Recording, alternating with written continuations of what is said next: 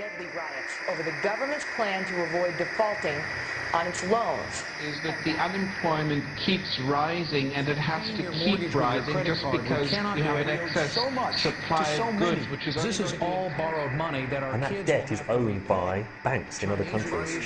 Still over large Including right here at home. In the form of a convenient personal loan.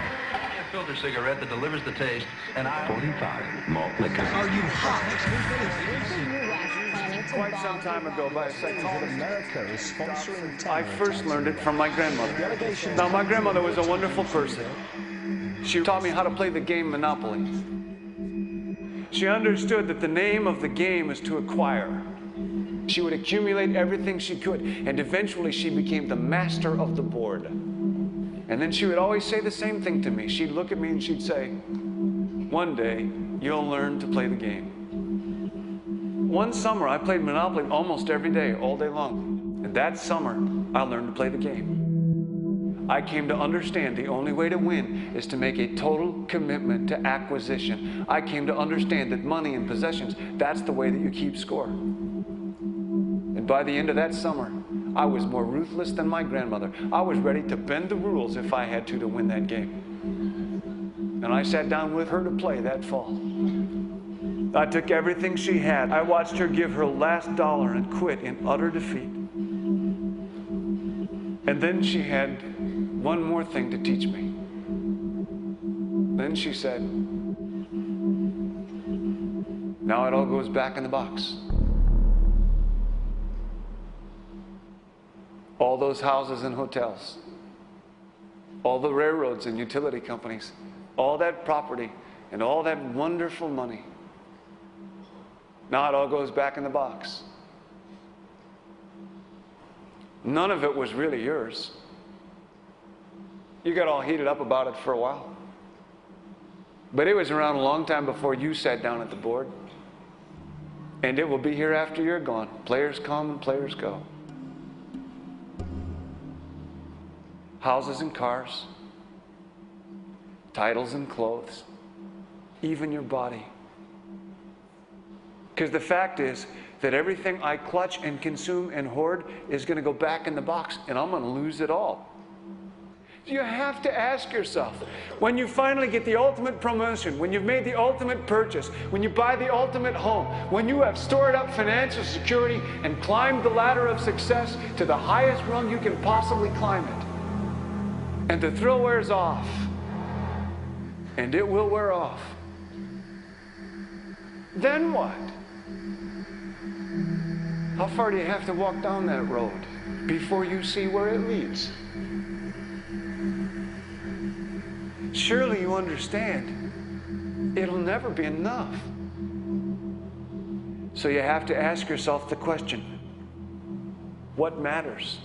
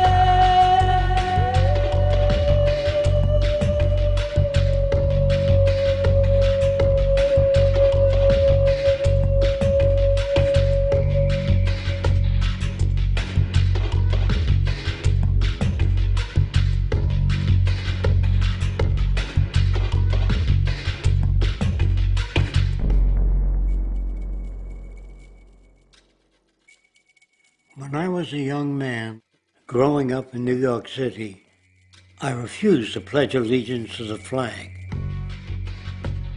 Of course, I was sent to the principal's office, and he asked me, "Why don't you want to pledge allegiance?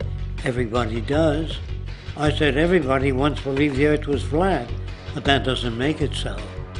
I explained that America owed everything it has to other cultures and other nations, and that I would rather pledge allegiance to the earth and everyone on it. Needless to say, it wasn't long before I left school entirely, and I set up a lab in my bedroom.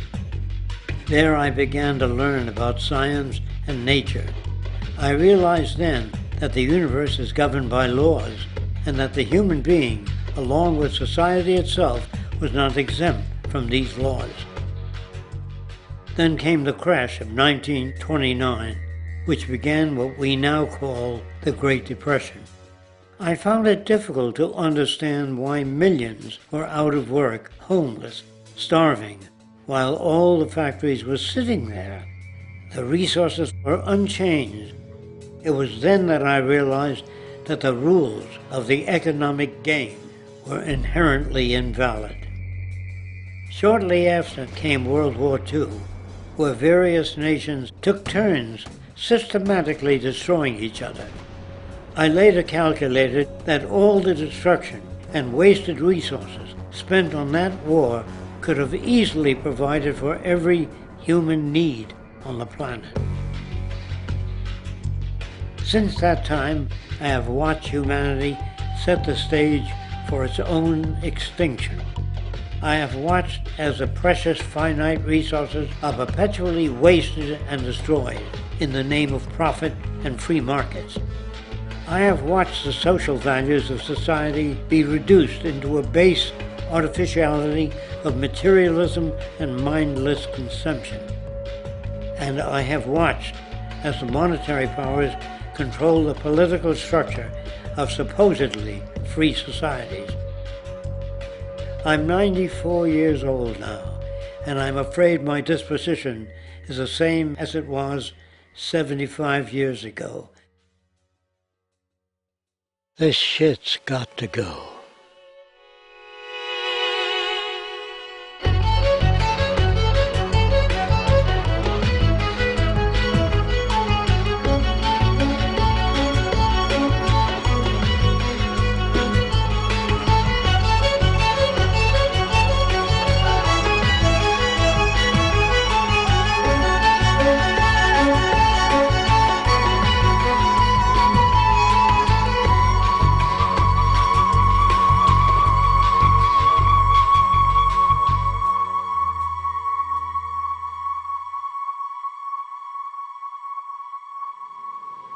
So you're a scientist, and somewhere along the way, hammered into your head is the inevitable nature versus nurture, and that's at least up there with Coke versus Pepsi or Greeks versus Trojans.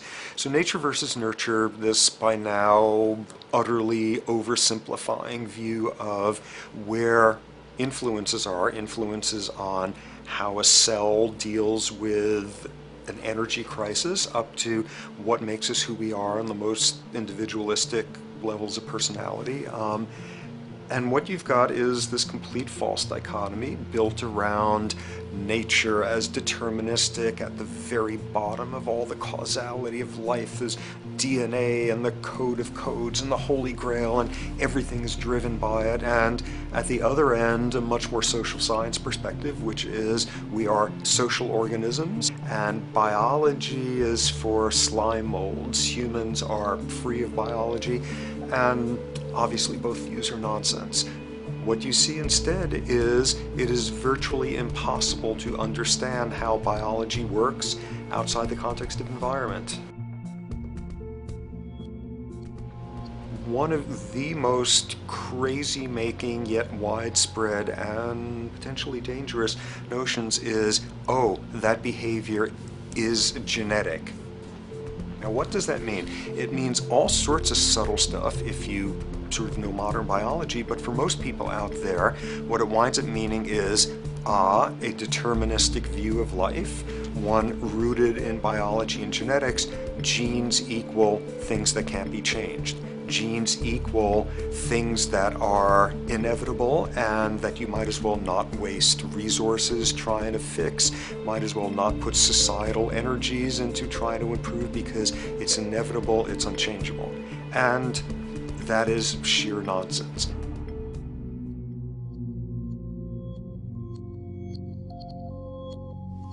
It is widely thought that conditions like ADHD are genetically programmed, conditions like schizophrenia are genetically programmed. The truth is the opposite.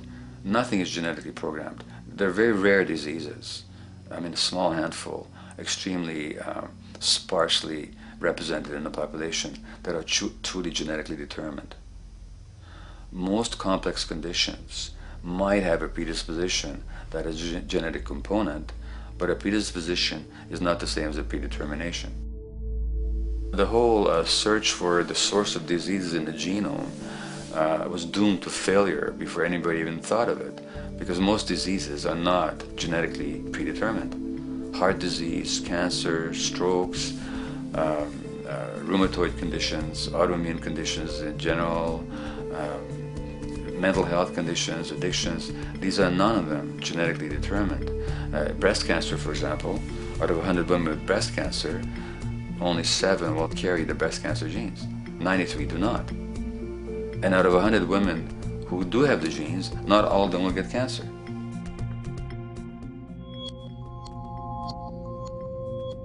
Genes are not just things that make us behave in a particular way regardless of our environment. Genes give us different ways of responding to our environment. And in fact, it looks as if some of the early childhood influences of a kind of child rearing affect gene expression, actually turning on and off different genes to put you on a different developmental track, which may suit the kind of world you've got to deal with. So, for example, a study done in Montreal with suicide victims looked at autopsies of the brains of these people. And it turned out that if a suicide victim, these are usually young adults, had been abused as children, the abuse actually caused a genetic change in the brain that was absent in the brains of people who had not been abused. That's an epigenetic effect. Epi means on top of, so that the epigenetic influence is what happens environmentally to either activate or deactivate certain genes. In New Zealand, there's a study that was done in a town called Dunedin, in which a few thousand individuals were studied from birth up to into their 20s. What they found was that they could identify a genetic mutation, an abnormal gene, which did have some relation to the predisposition to commit violence, but only if the individual had also been subjected to severe child abuse. In other words, a child with this abnormal gene would be no more likely to be violent than anybody else, and in fact they actually had a lower rate of violence than people with normal genes, as long as they weren't abused as children. Great additional example of the ways in which genes are not be-all, end-all. Fancy technique where you can take a specific gene out of a mouse, that mouse and its descendants will not have that gene, you have knocked out that gene. So there's this one gene that codes for a protein that has something to do with learning and memory, and this fabulous demonstration, knock out that gene and you have a mouse that doesn't learn as well. Ooh, a genetic basis for intelligence. What was much less appreciated in that landmark study that got picked up by the media left and right is take those genetically impaired mice and raise them in a much more enriched, stimulating environment than your normal mice in a lab cage, and they completely overcame that deficit. So when one says in a contemporary sense that, oh, this behavior is genetic, to the extent that that's even a valid sort of phrase to use, what you're saying is there is a genetic contribution to how this organism responds to environment. Genes may influence the readiness with which an organism will deal with a certain environmental challenge. You know, that's not the version most people have in their minds. And not to be too soapboxing, but run with the old sort of version of it's genetic, and it's not that far from a history of eugenics and things of that sort. It's a widespread misconception, and it's a potentially fairly dangerous one. One reason that the sort of biological explanation for violence, one reason that hypothesis is potentially dangerous, it's not just misleading, it can really do harm, is because if you believe that, you could very easily say, well, there's nothing we can do to change the predisposition people have to becoming violent. All we can do if somebody becomes violent is punish them, you know, lock them up or execute them. But we don't need to worry about changing the social environment or the social preconditions that may lead people to become violent, because that's irrelevant. The genetic argument allows us the luxury of ignoring past and present historical and social factors. And in the words of Louis Menand, he wrote in the New Yorker, very astutely, he said, "It's all in the genes, an explanation for the way things are that does not threaten the way things are. Why should someone feel unhappy or engage in antisocial behavior when that person is living in the freest and most prosperous nation on earth? It can't be the system. There must be a flaw in the wiring somewhere," which is a good way of putting it. So the genetic argument is simply a cop-out, which allows us to ignore the social and economic and political factors that in fact underlie many troublesome behaviors.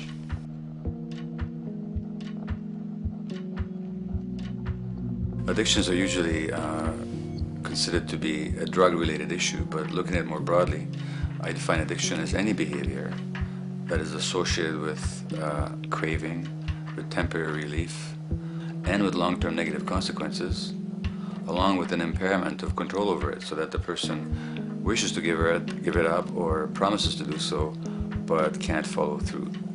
And when you understand that, then you can see that there are many more addictions than simply those related to drugs. So there's workaholism, there's addiction to shopping, to the internet, to video games. There's the addiction to power. People have power, but they want more and more and more. Nothing is ever enough for them. Acquisition, corporations that must own more and more. The addiction to oil, or at least to the wealth and to the products made accessible to us by oil. Look at the negative consequences on the environment.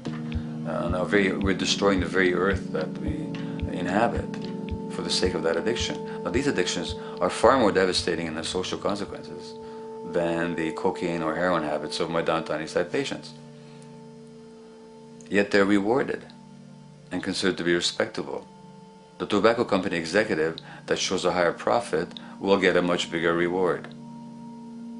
He doesn't face any negative consequences legally or otherwise. In fact, he's a respected member of the board of several other corporations. But tobacco smoke-related diseases kill 5.5 million people around the world every year. In the United States, they kill 400,000 people a year. And these people are addicted to what? To profit. To such a degree are they addicted that they're actually in denial about the impact of their activities, which is typical for addicts, is denial. And that's a respectable one. It's respectable to be addicted to profit no matter what the cost. So what is acceptable and what is respectable is a highly arbitrary phenomenon in our society. And it seems like the greater the harm, the more respectable the addiction.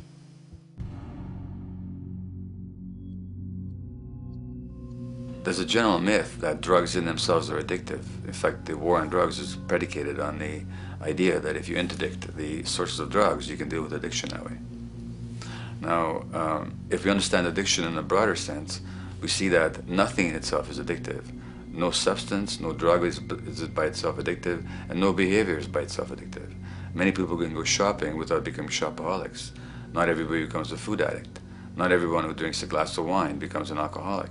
So the real issue is what makes people susceptible, because it's the combination of a susceptible individual and the potentially addictive substance or behavior that actually then makes for full flowering of addiction. In short, it's not the drug that's addictive, it's the question of the susceptibility of the individual to being addicted to a particular substance or behavior.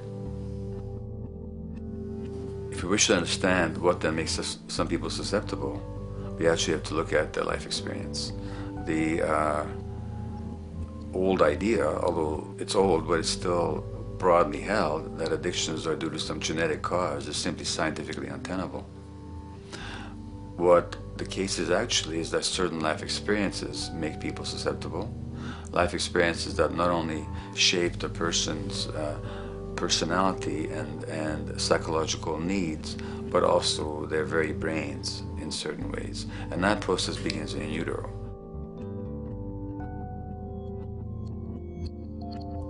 It's been shown, for example, that if you stress mothers during pregnancy, their children are more likely to have traits that predispose them to addictions. And that's because development is shaped by the psychological and social environment. So the biology of human beings is very much affected by and programmed by their life experiences beginning in utero. Environment does not begin at birth. Environment begins as soon as you have an environment. As soon as you are a fetus, you are subject to whatever information is coming through mom's circulations, hormones, levels of nutrients. Great landmark example of this, something called the Dutch hunger winter. 1944, Nazis occupying Holland. For a bunch of reasons, they decide to take all the food and divert it to Germany. For 3 months, everybody there is starving. Tens of thousands of people starve to death. What the Dutch hunger winter effect is, if you were a second or third trimester fetus during the starvation, your body learned something very unique during that time. As it turns out, second, third trimester, something that your body is going about trying to learn about the environment is, well, how menacing of a place is it out there? How plentiful? How much nutrients am I getting by way of mom's circulation? Be a fetus who is starving during that time, and your body programs forever after to be really, really, really stingy with your sugar and fat, and what you do is you store every bit of it. Be a Dutch hunger winter fetus, and half a century later, everything else being equal, you are more likely to have high blood pressure, obesity, or metabolic syndrome. That is environment coming in a very unexpected place. You can stress animals in a laboratory when they're pregnant, and their offspring will be more likely to use cocaine and alcohol as adults. You can stress human mothers. For example, in a British study, women who are abused in pregnancy will have higher levels of the stress hormone cortisol in their placenta at birth, and their children are more likely to have conditions that predispose them to addictions by age 7 or 8. So in utero stress already prepares the ground for all kinds of mental health issues. Israeli study done prior on children born to mothers who were pregnant prior to the onset of the 1967 war. These women, of course, are very stressed, and their offspring have a higher incidence of schizophrenia than the average cohort. So there's plenty of evidence now that prenatal effects have a huge impact on the developing human being.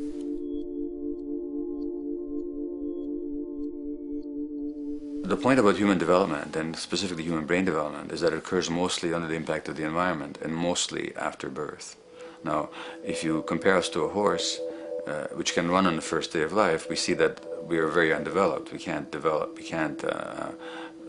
muster that much neurological coordination, balance, muscle strength, visual acuity until a year and a half, 2 years. And that's because the brain development that in the horse happens in the safety of the womb, in a human being has to happen after birth. And that has to do with simple evolutionary logic. As the head gets larger, which is what makes us into human beings, the burgeoning of the forebrain is what creates the human species, actually. At the same time, we walk on 2 legs, so our pelvis narrows to accommodate that. So now we have a narrower pelvis, a larger head. Bingo, we have to be born prematurely. And that means that the brain development that in other animals occurs in utero, in us, occurs after birth. And much of that under the impact of the environment. And the concept of neural Darwinism simply means that the circuits that get the appropriate input from the environment will develop optimally, and the ones that don't will either not develop optimally or perhaps not at all. If you take a child with perfectly good eyes at birth and you put him in a dark room for 5 years, he'll be blind thereafter for the rest of his life, because the circuits of vision require light waves for their development. And without that, even the rudimentary circuits present and active at birth will atrophy and die, and new ones will not develop. There's a significant way in which early experiences shape adult behavior, and even and especially early experiences for which there's no recall memory. It turns out that there are two kinds of memory. There is explicit memory, which is recall. This is when you can call back facts, details, episodes, circumstances. But the structure in the brain, which is called the hippocampus, which encodes recall memory, it doesn't even begin to develop fully until 1.5 years, and it's not fully developed till much later, which is why hardly anybody has any recall memory prior to 18 months. But there's another kind of memory, which is called implicit memory, which is in fact an emotional memory, where the emotional impact and the interpretation that the child makes of those emotional experiences is ingrained in the brain in the form of nerve circuits ready to fire without specific recall. So to give you a clear example, people who are adopted have a lifelong sense of rejection very often. They can't recall the adoption, they can't recall the separation from birth mother, because there's nothing there to recall with. But the emotional memory of separation and rejection is deeply embedded in their brains. Hence, they're much more likely to experience a sense of rejection and a great emotional upset when they perceive themselves as being rejected than other people. That's not unique to people who are adopted, but it's particularly strong in them because of this function of implicit memory. People who are addicted, given that they, according to all the research literature, certainly in my experience, the hardcore addicts virtually were all significantly abused as children or suffered severe emotional loss. Their emotional or implicit memories are those of a world that's not safe and not helpful, caregivers who are not to be trusted, and relationships that are not safe enough to open up to vulnerably. And hence their responses tend to be to keep themselves separate from really intimate relationships, not to trust caregivers, doctors and other people who are trying to help them, and generally see the world as an unsafe place. And that's strictly a function of implicit memory, which sometimes has to do with incidents they don't even recall.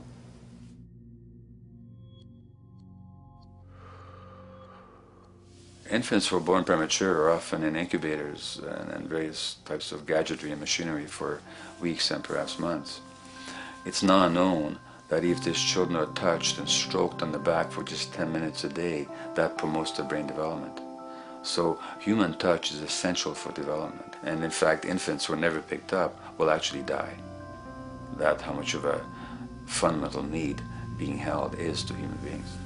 In our society, there's an unfortunate tendency to tell parents not to pick up their kids, not to hold them, not to pick up babies who are crying for fear of spoiling them, or to encourage them to sleep through the night. You don't pick them up, which is just the opposite of what the child needs. And these children might go back to sleep because they give up and their brains just shut down as a way of defending against the vulnerability of being abandoned really by their parents. But their implicit memories will be that of a world that doesn't give a damn. A lot of these differences are structured very early in life.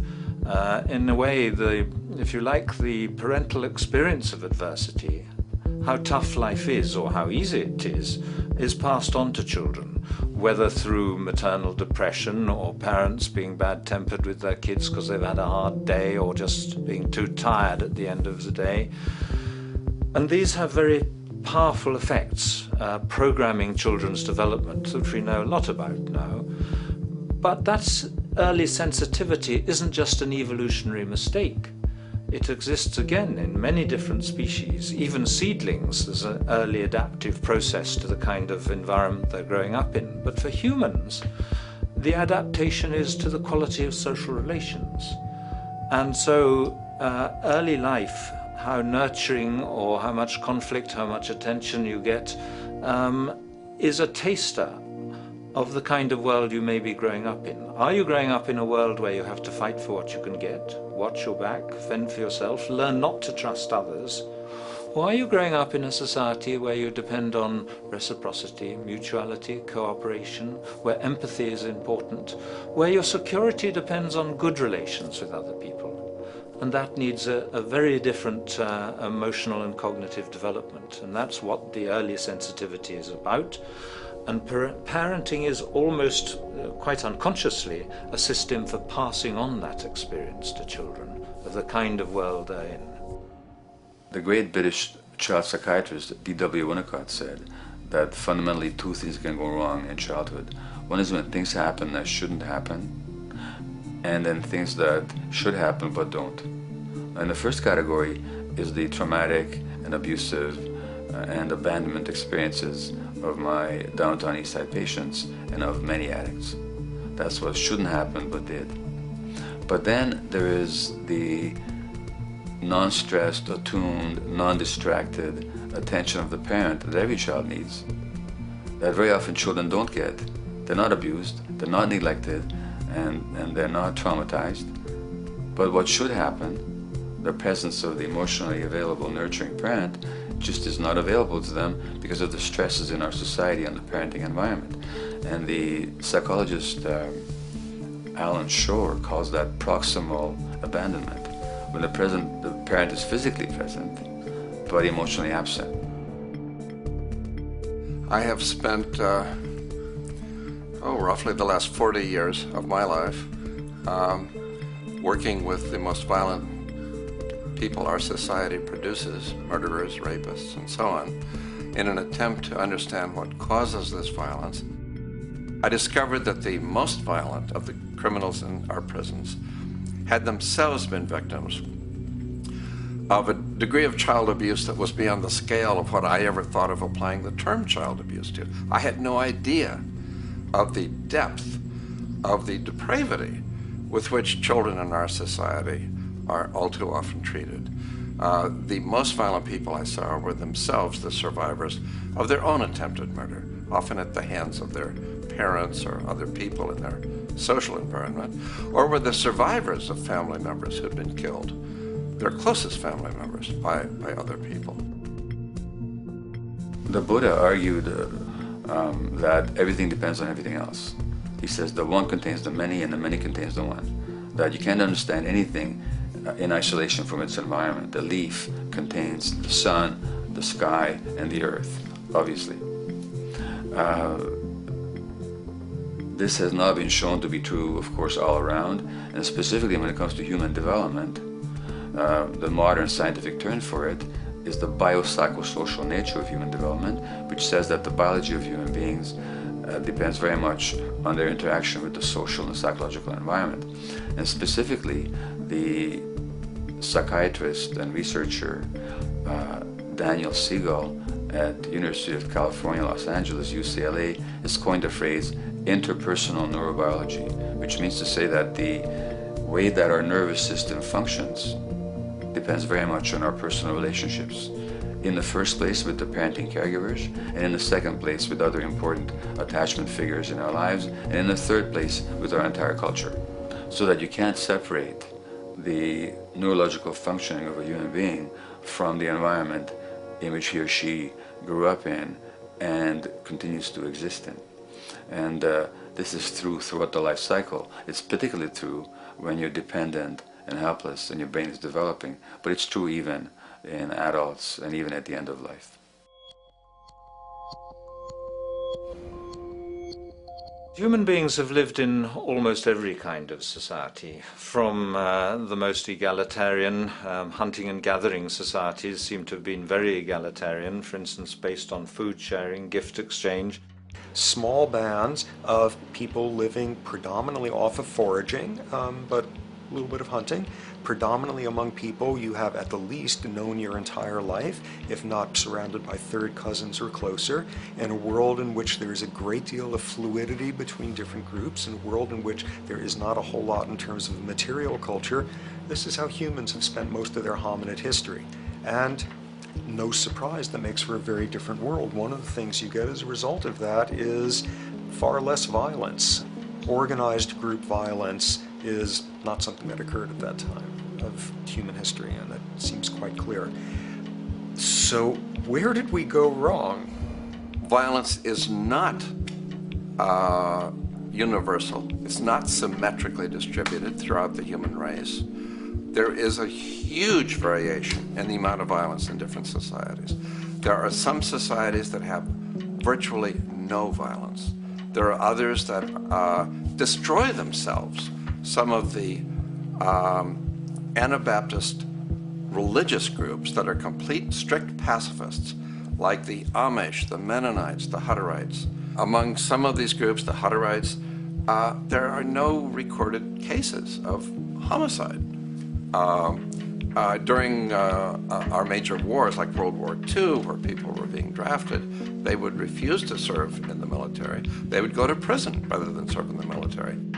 In the kibbutzim in Israel, the level of violence is so low that the criminal courts there will often send violent offenders, people who've committed crimes, to live on the kibbutzim in order to learn how to live a nonviolent life, because that's the way people live there. So we are amply shaped by society.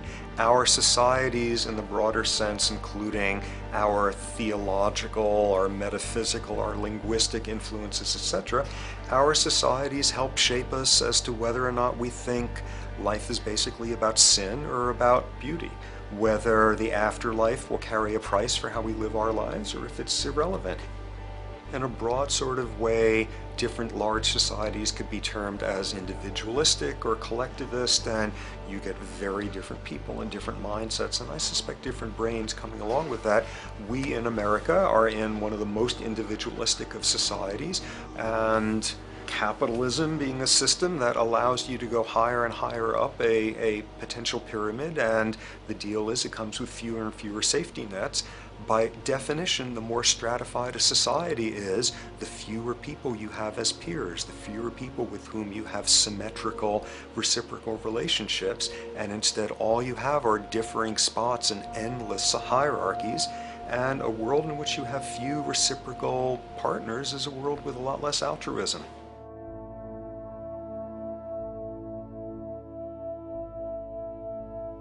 Alright, so this brings us to a total impossible juncture, which is to try to make sense in perspective of science as to what the nature is of human nature. You know, on a certain level, the nature of our nature is not to be particularly constrained by our nature. We come up with more social variability than any species out there, more systems of belief, of styles of family structures, of ways of raising children. The capacity for variety that we have is extraordinary. In a society which is predicated on competition and really very often the ruthless exploitation of one human being by another, the profiteering of other people's problems, and very often the creation of problems for the purpose of profiteering, the ruling ideology will very often justify that behavior by appeals to some fundamental and unalterable human nature. So the myth in our society is that people are competitive by nature, and that they're individualistic, and that they're selfish. The real reality is quite the opposite. We have certain human needs. The only way that you can talk about human nature concretely is by recognizing that there's certain human needs. We have a human need for companionship and for close contact, to be loved, to be attached to be accepted, to be seen, to be received for who we are. If those needs are met, we develop into people who are compassionate and cooperative and who have empathy for other people. So the opposite that we often see in our society is in fact the distortion of human nature, precisely because so few people have their needs met. So yes, you can talk about a human nature, but only in the sense of basic human needs that are instinctively evoked, or I should say certain human needs that lead to certain traits if they are met, and a different set of traits if they're denied. So, when we recognize the fact that the human organism, which has a great deal of adaptive flexibility, allowing us to survive in many different conditions, is also rigidly programmed for certain environmental requirements or human needs, a social imperative begins to emerge. Just as our bodies require physical nutrients, the human brain demands positive forms of environmental stimulus at all stages of development, while also needing to be protected from other negative forms of stimulus. And if things that should happen do not, or if things that shouldn't happen do, it is now apparent that the door can be opened for not only a cascade of mental and physical diseases, but many detrimental human behaviors as well. So as we turn our perspective now outward and take account for the state of affairs today, we must ask the question, is the condition we have created in the modern world actually supporting our health? Is the bedrock of our socioeconomic system acting as a positive force for human and social development and progress? Or is the foundational gravitation of our society actually going against the core evolutionary requirements needed to create and maintain our personal and social well-being?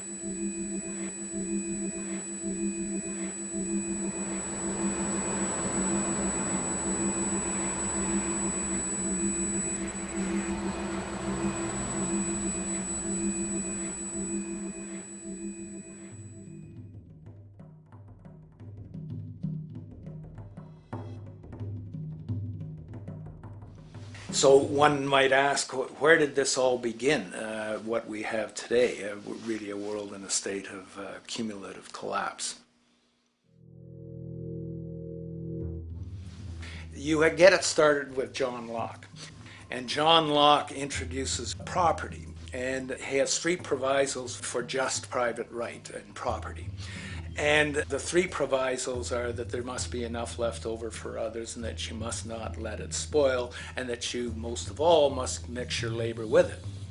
It seems justified. You mix your labor with the world, then you're entitled to the product, and as long as there's enough left over for others, and as long as it doesn't spoil, you don't allow anything to go to waste, that's okay. Well, he spends a long time of his famous treatise of government, and it's since been the canonical text for economic and political and legal understanding. It's still the classic text of study. Well, what he did is, after he gives the provisos, and you're almost thinking at the time whether you're for private property or not, he's given a very good and plausible and powerful defense of private property here. Well, he drops them. He drops them like that, right in one sentence. He says, well, once the introduction of money came in by men's tacit consent, then it became, and he doesn't say all the provisos are canceled, erased, but that's what happens. So now we have not product and your property earned by your own labor. Oh no, money buys labor now. There's no longer consideration of whether there's enough left over for others. There's no longer consideration of whether it spoils, because he says, well, money's like silver and gold can't spoil, therefore monies can't be responsible for waste, which is ridiculous. We're not talking about money and silver, we're talking about what its effects are. It's one non sequitur after another. Just the most startling logical legerdemain that he gets away with here. But it fits the interests of capital owners. Then Adam Smith comes along, and what he adds is the religion to this. Locke started with God made it all this way. This is God's right. And now we get also with Smith coming along, he says it's not only God's, I mean, he's not saying this, but this is what's happening philosophically in principle. He's saying it's not only a question of private property, that's all now presupposed, is given. And that there's money investors that buy labor, given. That there's no limit to how much they can buy of other men's labor, how much they can accumulate, how much inequality, that's all given now. And so he comes along, and what his big idea is, and again, it's just introduced in parentheses, en passant. You know, when people put out the goods for sale and others, you know, the supply, and other people buy them with the demand and so forth, how do we have supply equaling demand or demand equaling supply? How can they come into equilibrium? And that is one of the central notions of economics, is how do they come into equilibrium? And he says it's the invisible hand of the market. that brings them into equilibrium. So now we have God is actually immanent. He just didn't give the rights to property and how, all its wherewithal and its natural rights of doing all that Locke said. Now we have the system itself as God. In fact, Smith says, when he talks, and you'll never find this quoted, you'll have to read the whole of the Inquiry into the Wealth of Nations. He says, the scantiness of subsistence sets limits to the reproduction of the poor, and that nature can deal with this in no other way than elimination of their children. So he anticipated evolutionary theory in the worst sense. This is well before Darwin. And so he called them the race of laborers. So you can see there was inherent racism built in here. There was an inherent acceptance, life blindness to kill innumerable children. And he thought, well, that's the invisible hand making supply meet demand and demand meet supply. So see how wise God is. So you can see a lot of the really virulent, life-destructive, eco-genocidal things that are going on now have, in a way, a thought gene back in Smith too. When we reflect on the original concept of the so-called free market capitalist system, as initiated by early economic philosophers such as Adam Smith, we see that the original intent of a market was based around real, tangible, life-supporting goods for trade. Adam Smith never fathomed that the most profitable economic sector on the planet would eventually be in the arena of financial trading or so-called investment, where money itself is simply gained by the movement of other money in an arbitrary game which holds zero productive merit to society. Yet, regardless of Smith's intent, the door for such seemingly anomalous advents was left wide open by one fundamental tenet of this theory. Money is treated as a commodity in and of itself. Today, in every economy of the world, regardless of the social system they claim, money is pursued for the sake of money and nothing else. The underlying idea, which was mysteriously qualified by Adam Smith with his religious declaration of the invisible hand, is that the narrow, self-interested pursuit of this fictional commodity will somehow magically manifest human and social well-being and progress. The reality is that the monetary incentive interest, or what some have termed the money sequence of value, has now completely decoupled from the foundational life interest, which could be termed the life sequence of value. What has happened is that there's a complete confusion in economic doctrine between those two sequences. They think that the money sequence of value delivers the life sequence of value, and that's why they say if more goods are sold, if GDPs rise and so forth, therefore there'll be more well-being, enhanced well-being. We take the GDP to be basically our indicator of social health. Well, there you see the confusion. It's talking about money sequences of value, that is all the receipts, all the revenues that are derived from selling goods, and they're confusing that with life reproduction, so that you have built right into this thing from the beginning is a complete conflation of the money and life sequences of value. So we're dealing with a kind of structured delusion that becomes more and more deadly as the money sequence decouples from producing anything at all.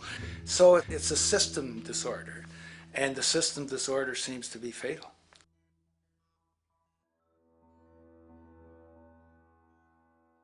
In society today, you seldom hear anyone speak of the progress of their country or society in terms of their physical well-being, state of happiness, trust, or social stability.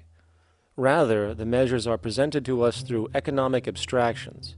We have the gross domestic product, the consumer price index, the value of the stock market, rates of inflation, and so on. But does this tell us anything of real value as to the quality of people's lives?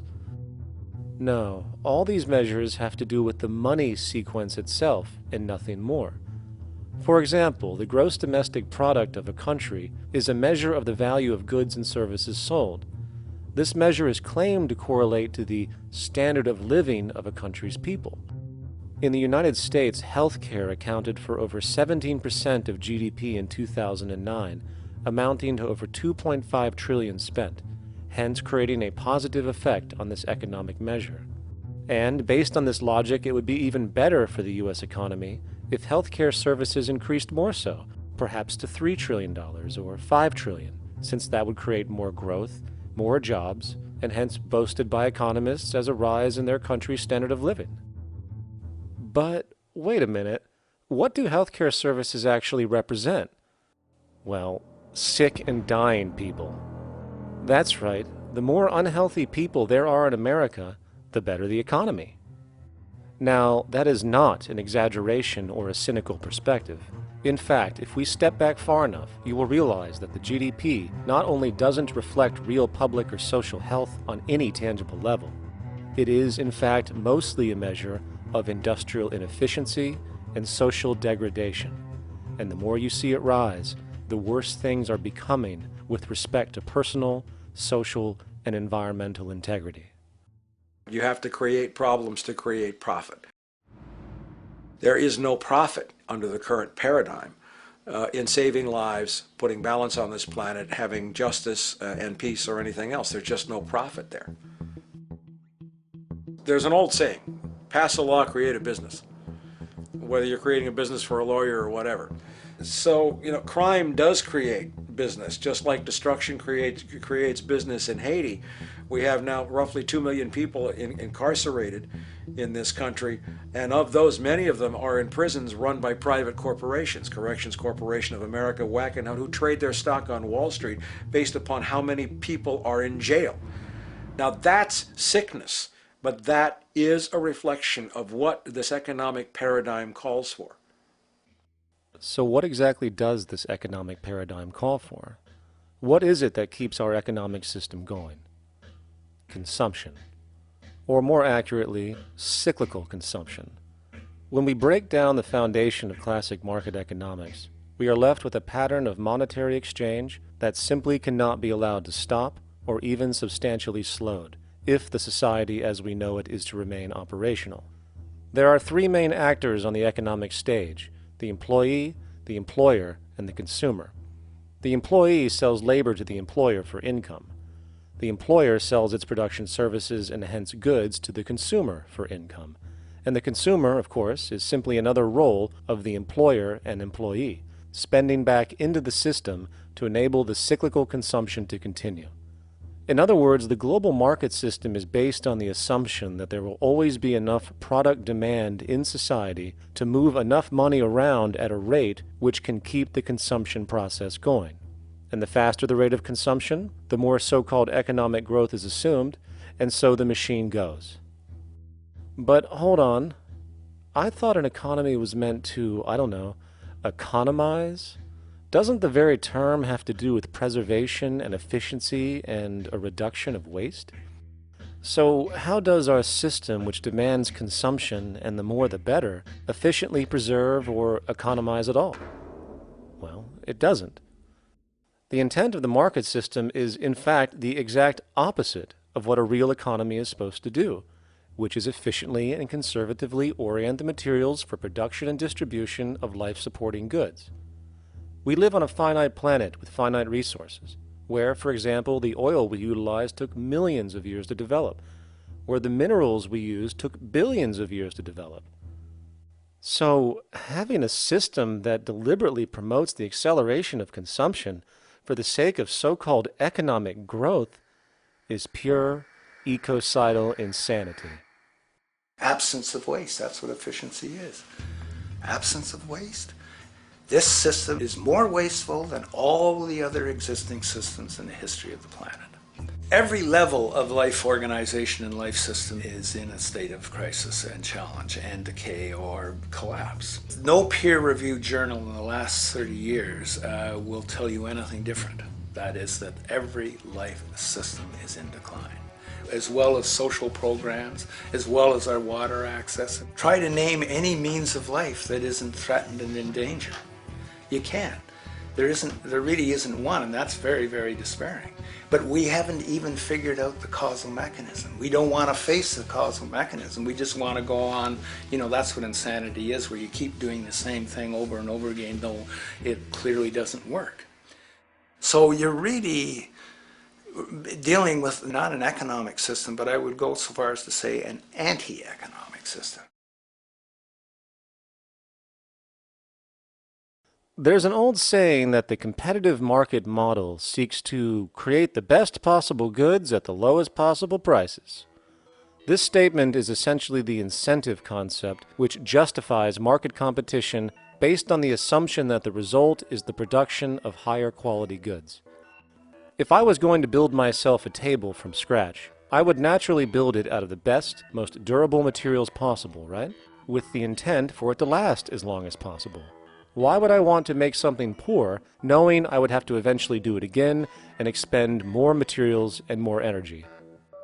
Well, as rational as that may seem in the physical world, when it comes to the market world, it is not only explicitly irrational, it is not even an option.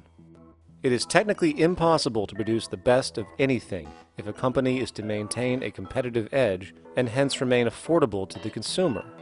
Literally everything created and set for sale in the global economy is immediately inferior the moment it is produced, for it is a mathematical impossibility to make the most scientifically advanced, efficient, and strategically sustainable products.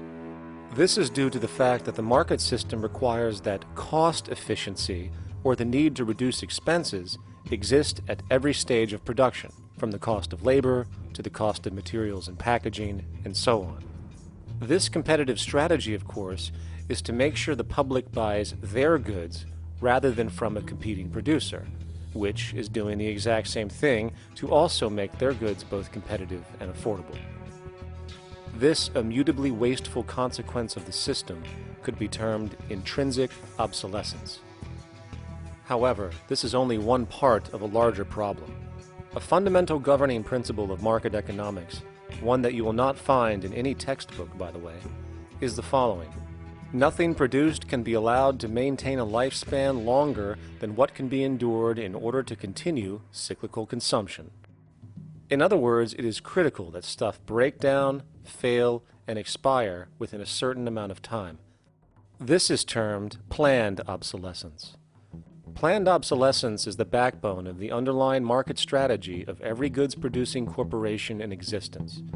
While very few, of course, would admit to such a strategy outright, what they do is mask it within the intrinsic obsolescence phenomenon just discussed, while often ignoring or even suppressing new advents in technology which might create a more sustainable, durable good. So, if it wasn't wasteful enough that the system inherently cannot allow the most durable and efficient goods to be produced, planned obsolescence deliberately recognizes that the longer any good is in operation, the worse it is for sustaining cyclical consumption and hence the market system itself. In other words, product sustainability is actually inverse to economic growth, and hence there is a direct, reinforced incentive to make sure lifespans are short of any given good produced. And in fact, the system cannot operate any other way. One glance at the sea of landfills now spreading across the world show the obsolescence reality. There are now billions of cheaply made cell phones, computers, and other technology, each full of precious, difficult-to-mine materials such as gold, coltan, copper, now rotting in vast piles, usually due to the mere malfunction or obsolescence of small parts, which, in a conservative society, could likely be fixed or updated, and the life of the good extended.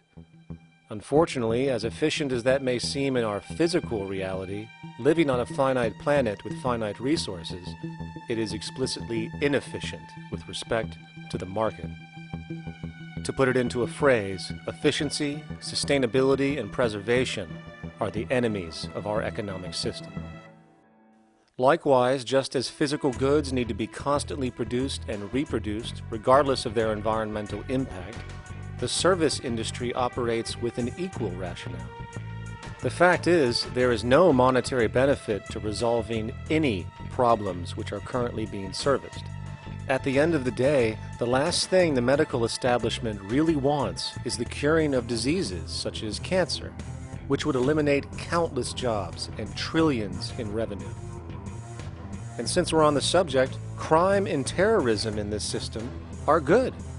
Well, at least economically, for it is employing police, generating high-value commodities for security, not to mention the value of prisons that are privately owned for profit. And how about war? The war industry in America is a huge driver of GDP, one of the most profitable industries, producing weapons of death and destruction. The favorite game of this industry is to blow things up and then go and rebuild them for profit. We saw this with the windfall billion-dollar contracts made from the Iraq War. The bottom line is that socially negative attributes of society have become positively rewarded ventures for industry, and any interest in problem resolution or environmental sustainability and conservation is intrinsically counter to economic sustainability. And this is why, every time you see the GDP rise in any country, you are witnessing an increase in necessity, whether real or contrived. And by definition, a necessity is rooted in inefficiency.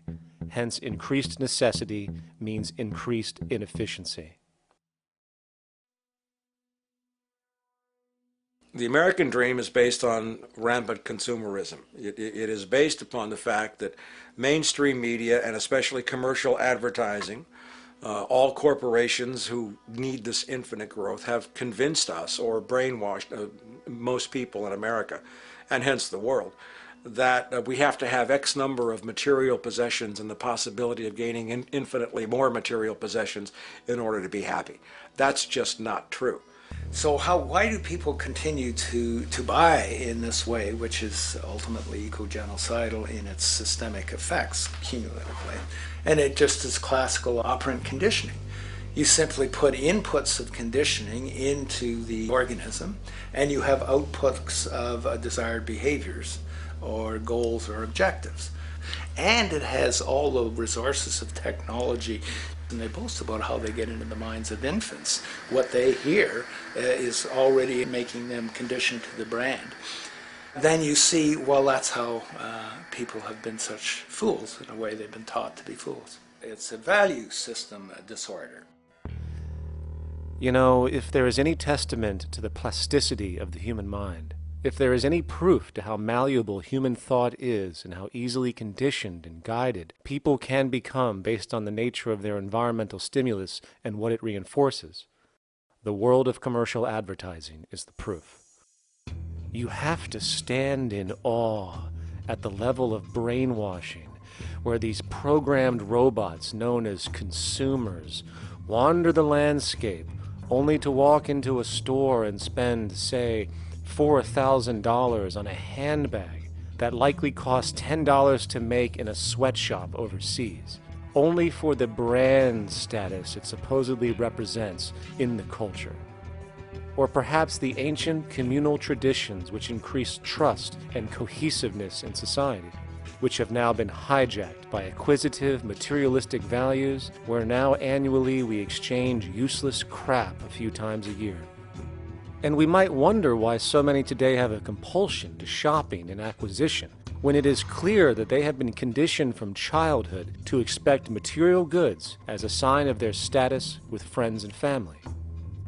The fact is, the foundation of any society are the values that support its operation, and our society, as it exists, can only operate if our values support the conspicuous consumption it requires to continue the market system. 75 years ago, consumption in America and much of the First World was half of what we see today per person.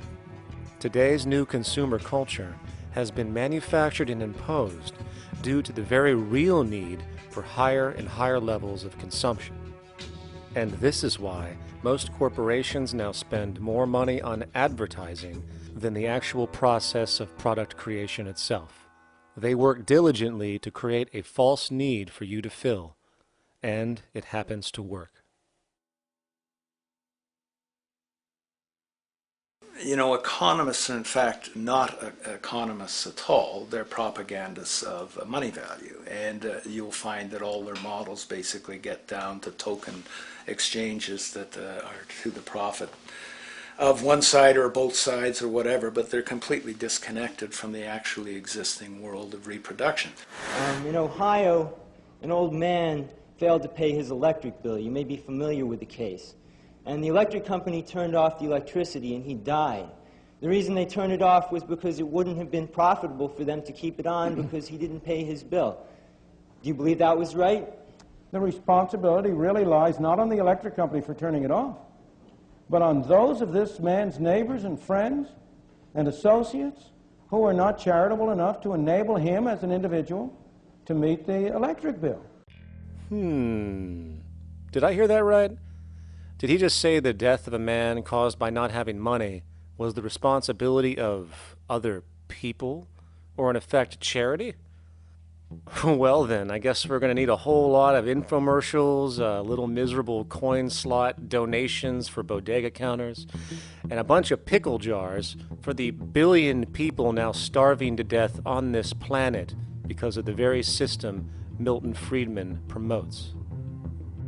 Whether you are dealing with the philosophies of Milton Friedman, F.A. Hayek, John Maynard Keynes, Ludwig von Mises, or any other major market economist, the basis of rationale rarely leaves the money sequence. It is like a religion. Consumption analysis, stabilization policies, deficit spending, aggregate demand. It exists as a never-ending, self-referring, self-rationalizing circle of discourse where universal human need, natural resources, or any form of physical life-supporting efficiency is ruled out by default and replaced by the singular notion that humans seeking advantage over each other for money alone, motivated by their own narrow self-interest, will magically create a sustainable, healthy, balanced society. There is no life coordinate in this whole theory, this whole doctrine. What are they doing? What are they doing? What they're doing is tracking money sequences. That's all it is tracking money sequences, presupposing everything that matters. One, that there's no life coordinates. Wow, no life coordinates. Two, that all the agents are self-maximizing preference seekers. That is, they think of nothing other than themselves and what they can get most for themselves. That's the notion, that's the ruling notion of rationality. Self-maximizing choice. And the only thing that they're interested in self-maximizing is money or commodities. Well, where does social relations come in? It doesn't, except in the exchange to self-maximize. Where do our natural resources come in? They don't, except to exploit. Where does the family come in as being able to survive? It doesn't. They have to have money in order to purchase any good.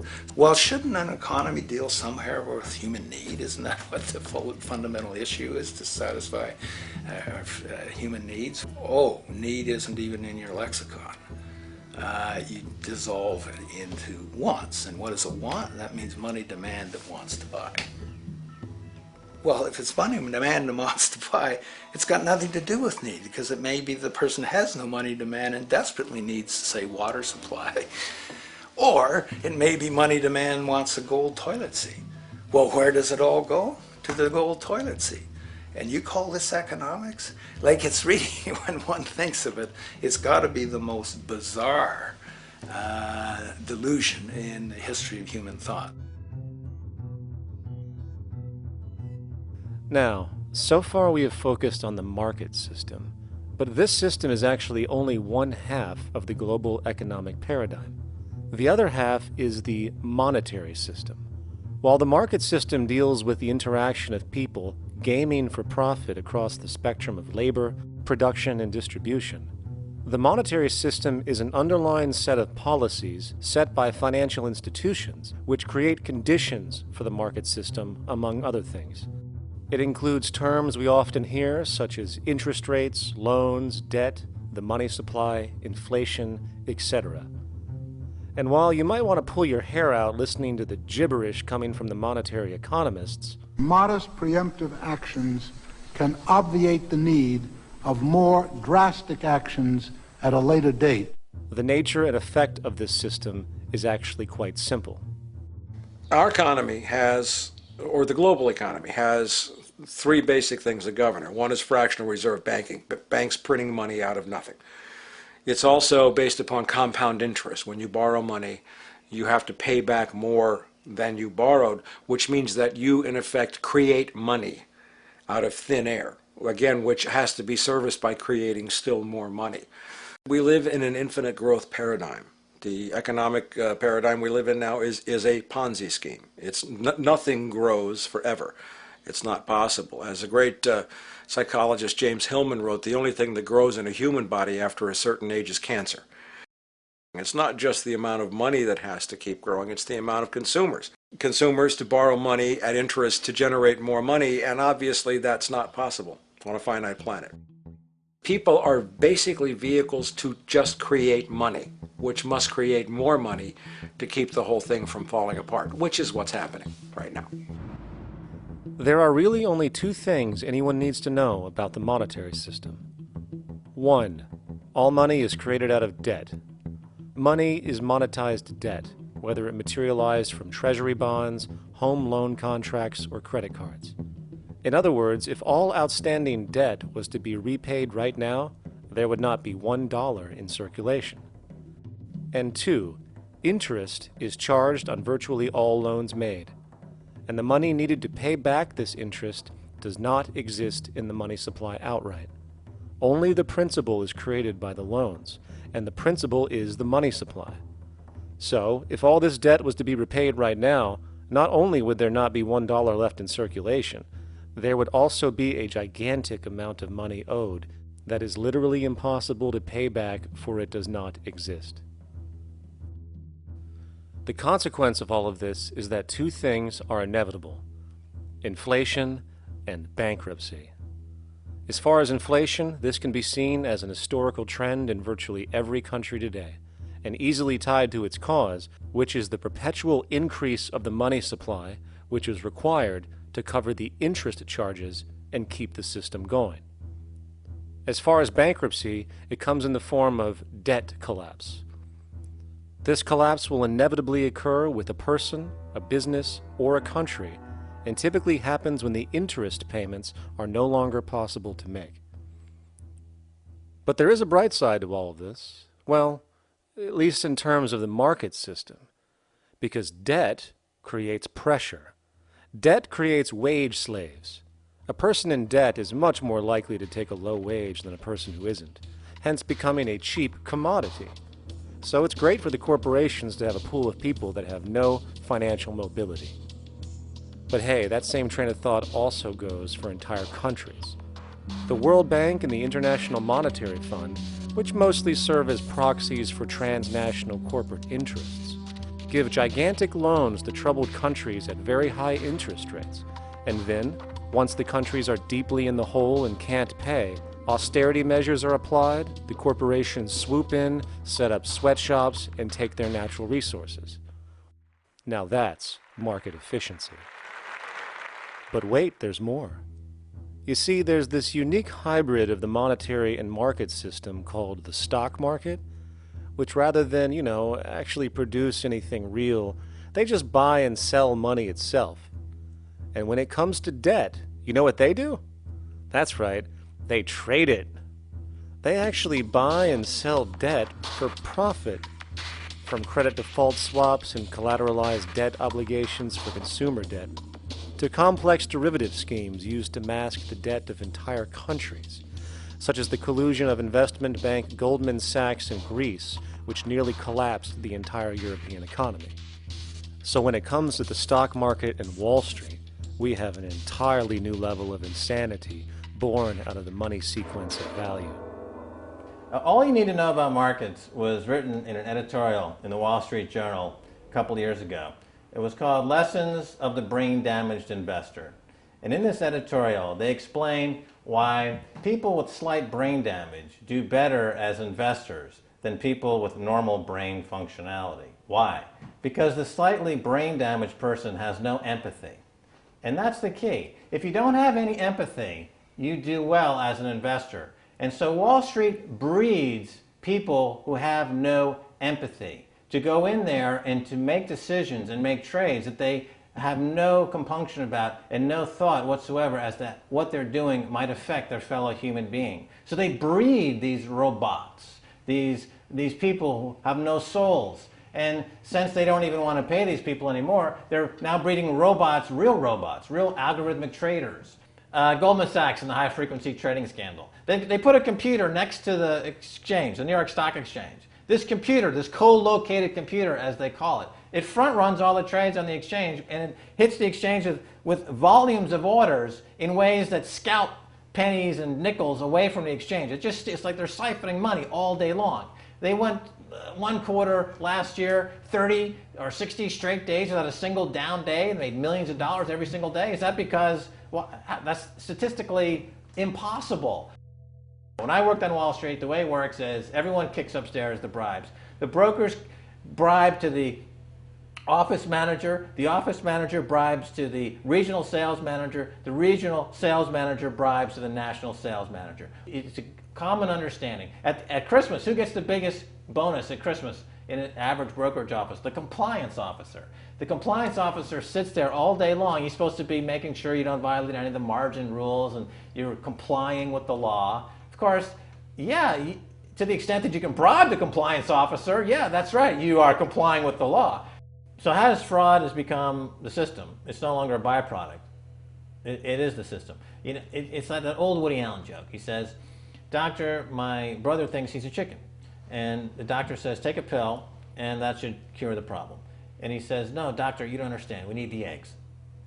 Okay? So the trading of fraudulent claims back and forth between banks to generate fees, to generate bonuses, has become the GDP producing growth engine of the United States economy, even though they're essentially trading fraudulent claims that there's absolutely no hope of ever paying back. They're processing and generating and resecuritizing nothing. If I write $20 billion on a cocktail napkin and I sell it to JP Morgan while JP Morgan writes $20 billion on a cocktail napkin, and we swap those two cocktail napkins at a bar and we each pay ourselves 1/4% in a fee, we make a lot of money for our Christmas bonus. We each have on our books a $20 billion cocktail napkin, which has no real value until such time as the system is no longer able to absorb bogus cocktail napkins, in which case we go to the government to get bailed out. And because of Wall Street and the global stock market, there are now conservatively about $700 trillion of outstanding fraudulent claims known as derivatives, still waiting to collapse, a value amounting to over 10 times the gross domestic product of the entire planet. And while we have seen the bailouts of corporations and banks by governments, which of course comedically borrow their money from banks to begin with, we are now seeing attempts to bail out whole countries by conglomerates of other countries through the international banks. But how do you bail out a planet? There is no country out there that isn't now saturated in debt. The cascade of sovereign debt defaults we have seen can only be the beginning when the math is taken into account. It has been estimated in the United States alone that income tax would need to be raised to 65% per person just to cover the interest in the near future. Economists are now foreshadowing that within a few decades, 60% of the countries on the planet will be bankrupt. But hold on, let me get this straight. The world is going bankrupt, whatever the hell that means, because of this idea called debt, which doesn't even exist in the physical reality. It's only part of a game that we've invented. And yet the well-being of billions of people is now being compromised. Extreme layoffs, tent cities, accelerating poverty, austerity measures imposed, schools shutting down, child hunger, and other levels of familial deprivation, all because of this elaborate fiction. What are we, fucking stupid? Hey, Mars, my man. Help a brother out, huh? Grow up, kid.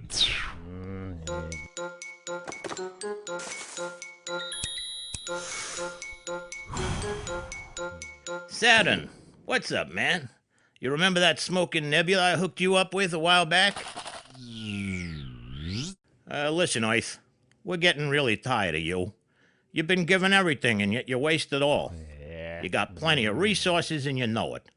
Why don't you grow up and learn some responsibility, for Christ's sake? You're making your mother miserable.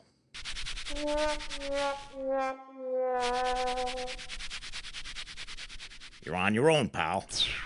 Yeah, whatever.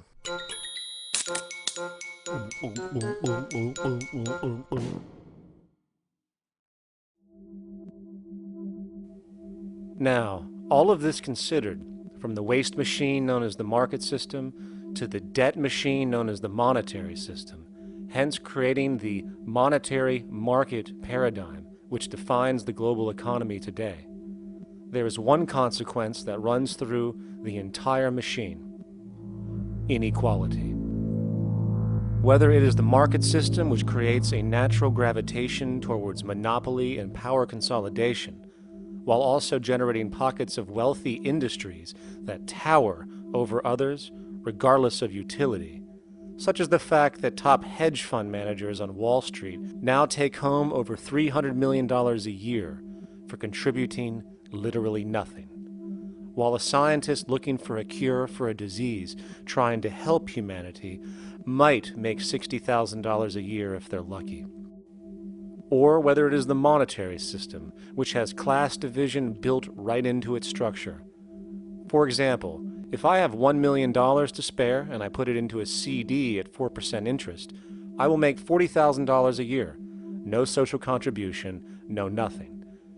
However, if I'm a lower class person and have to take loans to buy my car or home, I am paying in interest, which, in abstraction, is going to pay that millionaire with the 4% CD. This stealing from the poor to pay the rich is a foundational, built-in aspect of the monetary system, and it could be labeled structural classism. Of course, historically, social stratification has always been deemed unfair, but obviously accepted overall as now 1% of the population owns 40% of the planet's wealth.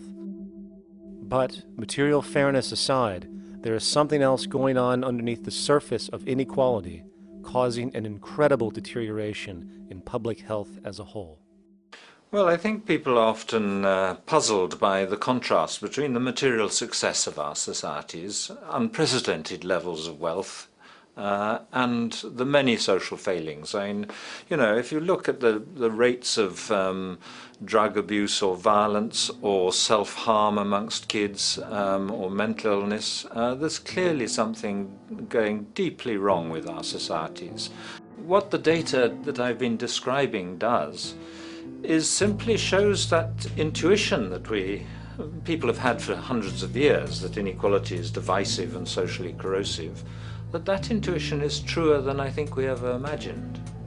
There are very powerful psychological and social effects of inequality, more to do, I suppose, with feelings of superiority and inferiority, that kind of division, and maybe going with the sort of respect, disrespect, people feeling looked down on at the bottom, which, by the way, is why violence is more common in more unequal societies. It's the trigger to violence is so often people feeling looked down on and disrespected. If there is one principle I can emphasize that is the most important principle underlying the prevention of violence, it would be equality. The single most significant factor that affects the rate of violence is the degree of equality versus the degree of inequality in that society. So what one's looking at is a sort of general social dysfunction. It's not just one or two things that go wrong as inequality increases. It seems to be everything, whether we're talking about crime or health or mental illness or whatever.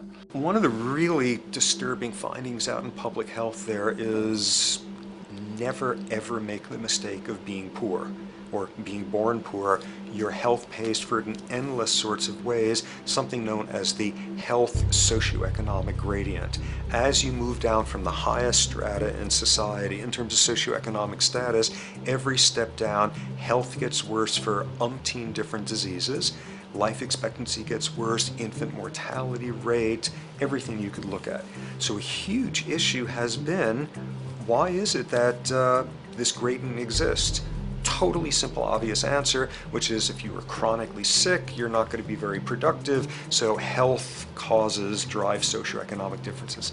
Not that in the slightest. On the very simple level that you could look at socioeconomic status of a 10-year-old, and that's going to predict something about their health decades later. So that's the direction of causality. Next one, what's it about? Oh, it's perfectly obvious. Poor people can't afford to go to the doctor.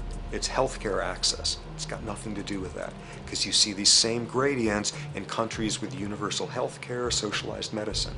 Okay, next simple explanation. Oh, on the average, the poorer you are, the more likely you are to smoke, to drink, to all sorts of lifestyle risk factor stuff. Yeah, those contribute, but careful studies have shown that explains maybe about 1/3 of the variability. So what's left? And what's left is having a ton to do with the stress of poverty.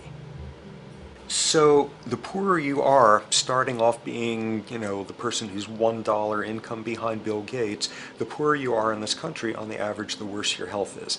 This tells us something really important. The health connection with poverty, it's not about being poor, it's about feeling poor. Increasingly, we recognize that chronic stress is an important influence on health, but the most important sources of stress are the quality of social relations. And if there is anything that lowers the quality of social relations, it is the socioeconomic stratification of society. What science has now shown is that regardless of material wealth, the stress of simply living in a stratified society leads to a vast spectrum of public health problems. And the greater the inequality, the worse they become. Life expectancy, longer in more equal countries. Drug abuse, less in more equal countries. Mental illness, less in more equal countries. Social capital, meaning the ability of people to trust each other, naturally greater in more equal countries. Educational scores, higher in more equal countries. Homicide rates, less in more equal countries. Crime and rates of imprisonment, less in more equal countries. It goes on and on. Infant mortality, obesity, teen birth rate, less in more equal countries. And perhaps most interesting, innovation, greater in more equal countries, which challenges the age-old notion that a competitive, stratified society is somehow more creative and inventive. Moreover, a study done in the UK called the Whitehall Study confirmed that there is a social distribution of disease as you go from the top of the socioeconomic ladder to the bottom. For example, it was found that the lowest rungs of the hierarchy had a 4-fold increase of heart disease-based mortality compared to the highest rungs. And this pattern exists irrespective of access to health care. Hence, the worse a person's relative financial status, the worse their health is going to be on average. This phenomenon is rooted in what could be termed psychosocial stress, and it is at the foundation of the greatest social distortions plaguing our society today. Its cause? The monetary market system. Make no mistake, the greatest destroyer of ecology, the greatest source of waste and depletion and pollution, the greatest purveyor of violence, war, crime, poverty, animal abuse, and inhumanity, the greatest generator of social and personal neuroses, mental disorders, depression, anxiety, not to mention the greatest source of social paralysis, stopping us from moving into new methodologies for personal health, global sustainability, and progress on this planet, is not some corrupt government or legislation, not some rogue corporation or banking cartel, not some flaw of human nature, and not some secret hidden cabal that controls the world.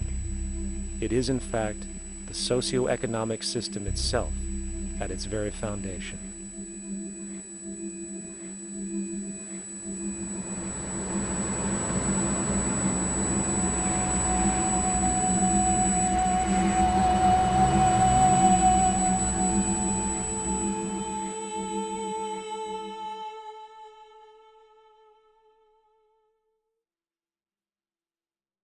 Let's imagine for a moment we had the option to redesign human civilization from the ground up.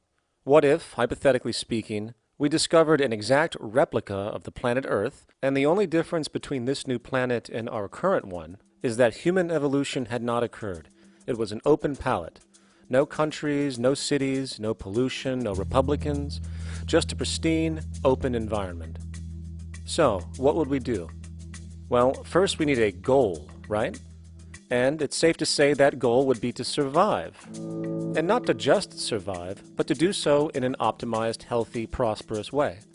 Most people indeed desire to live, and they would prefer to do so without suffering.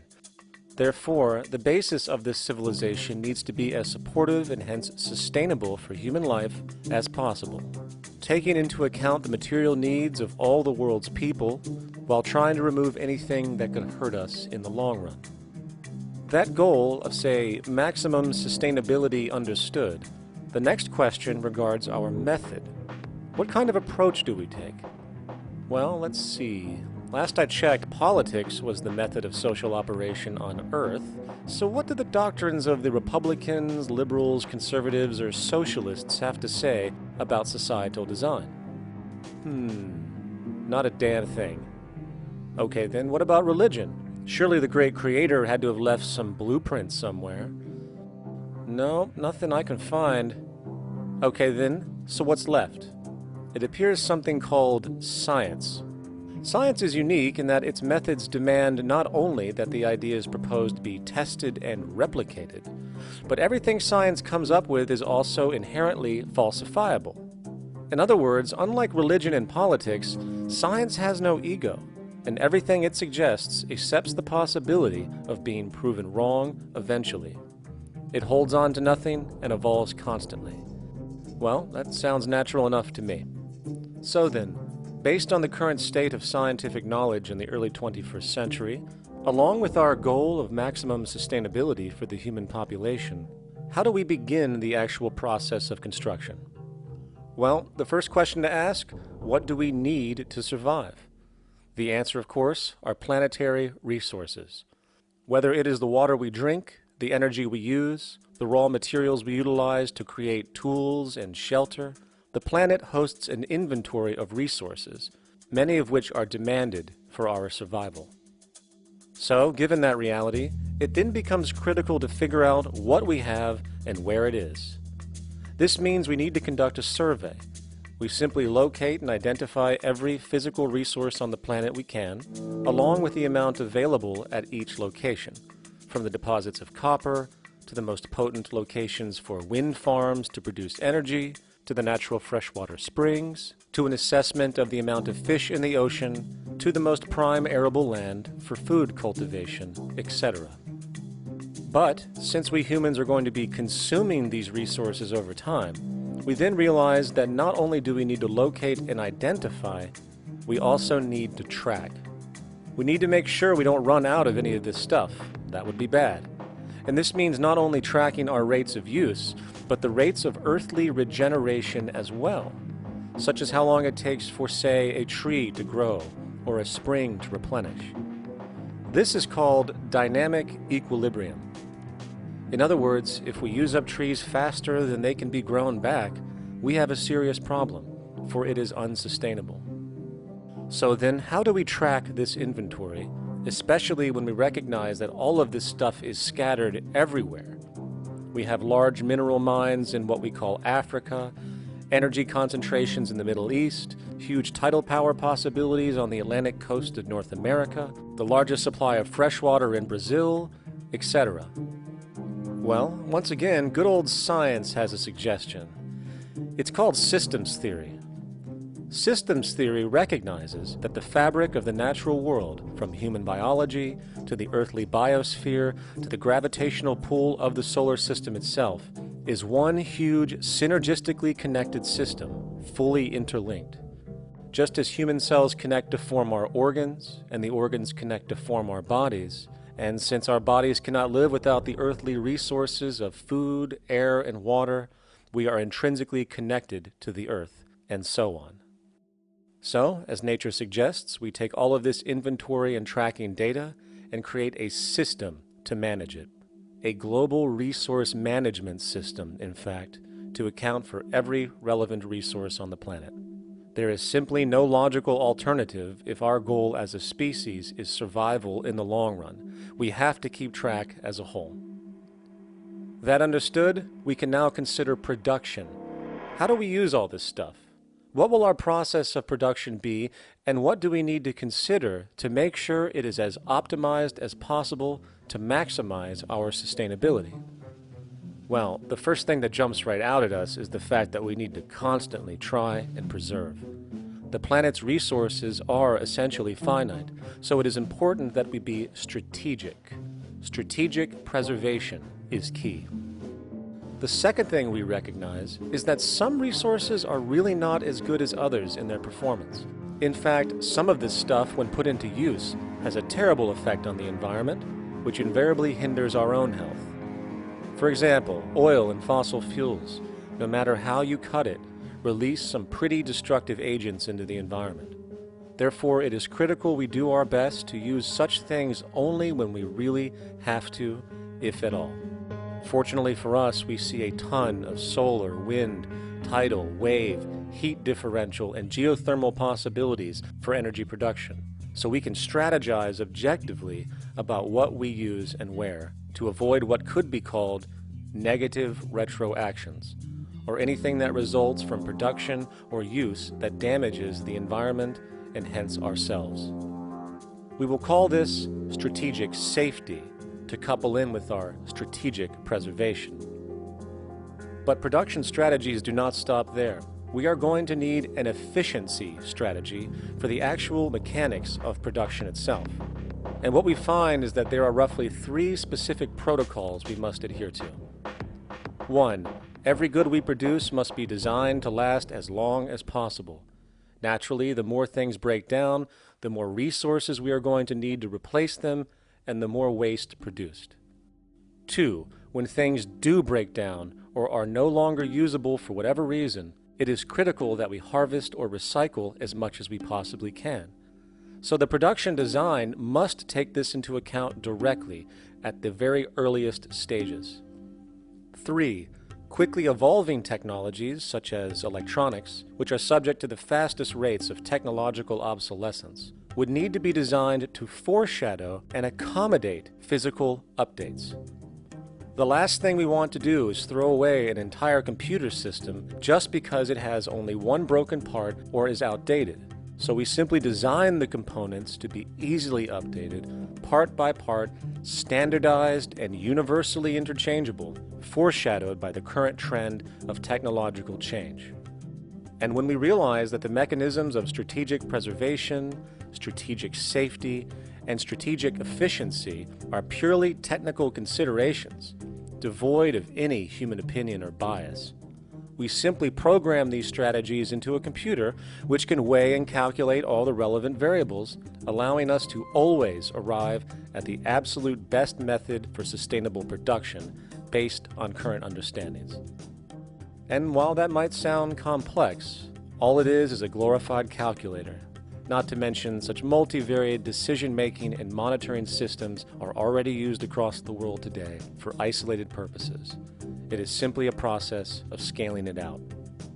So, now we not only have our resource management system, but also a production management system, both of which are easily computer automated to maximize efficiency, preservation, and safety. The informational reality is that the human mind, or even a group of humans, cannot track what needs to be tracked. It must be done by computers, and it can be. And this brings us to the next level, distribution. What sustainability strategies make sense here? Well, since we know that the shortest distance between 2 points is a straight line, and since energy is required to power transport machines, the less transport distance, the more efficient. Producing goods in one continent and shipping them over to another only makes sense if the goods in question simply cannot be produced in the target area. Otherwise, it is nothing but wasteful. We must localize production so distribution is simple, fast, and requires the least amount of energy. We'll call this the proximity strategy. which simply means we reduce the travel of goods as much as possible, whether raw materials or finished consumer products. Of course, it might also be important to know what goods we are transporting and why, and this falls under the category of demand. And demand is simply what people need to be healthy and to have a high quality of life. The spectrum of material human needs range from core life-supporting necessities, such as food, clean water, shelter, to social and recreational goods, which allow for relaxation and personal social enjoyment, both important factors in human and social health overall. So, very simply, we take another survey. People describe their needs, demand is assessed, and production begins based on that demand. And since the level of demand of different goods will naturally fluctuate and change around different regions, we need to create a demand distribution tracking system, so to avoid overruns and shortages. Of course, this idea is old news. It is used in every major store chain today to make sure they keep up with their inventory. Only this time we are tracking on a global scale. But, wait a minute, we really can't fully understand demand if we don't account for the actual usage of the good itself. Is it logical and sustainable for every single human to, say, have one of everything made, regardless of their usage? No, that would be simply wasteful and inefficient. If a person has a need for a good, but that need is only for, say, 45 minutes a day on average, it would be much more efficient if that good was made available to them and to others when needed. Many forget that it isn't the good that they want, it is the purpose of that good. When we realize that the good itself is only as important as its utility, we see that external restriction, or what we might call today ownership, is extremely wasteful and environmentally illogical in a fundamental economic sense. So, we need to devise a strategy called strategic access. This would be the foundation of our demand distribution tracking system, which makes sure we can meet the demand of the population's needs for access of whatever they need when they need it. And as far as physically obtaining the goods, centralized and regional access centers all make sense for the most part, placed in close proximity to the population, and a person would simply come in, take the item, use it, and when finished, return it when it is no longer needed. Sort of how a library works today. In fact, these centers could not only exist in the community in the way we see local stores today, but specialized access centers would exist in specific areas where often certain goods are utilized, saving more energy with less repeat transport. And once this demand tracking system is in order, it is tied into our production management system, and of course into our resource management system, hence creating a unified, dynamically updating, global economic management machine that simply makes sure we remain sustainable, starting with securing the integrity of our finite resources, moving to make sure we only create the best, most strategic goods possible, while distributing everything in the most intelligent and efficient way. And the unique result of this preservation-based approach, which is intuitively counter to many, is that this logical, ground-up, empirical process of preservation and efficiency, which can only define true human sustainability on this planet, would likely enable something never before seen in human history. Access abundance, not just for a percentage of the global population, but the entire civilization. This economic model, as was just generalized, this responsible systems approach to total Earth resource management and processes, designed again to do nothing less than take care of humanity as a whole in the most efficient and sustainable way, could be termed a resource-based economy. The idea was defined in the 1970s by structural engineer Jacques Fresco. He understood back then that society was on a collision course with nature and itself, unsustainable on every level.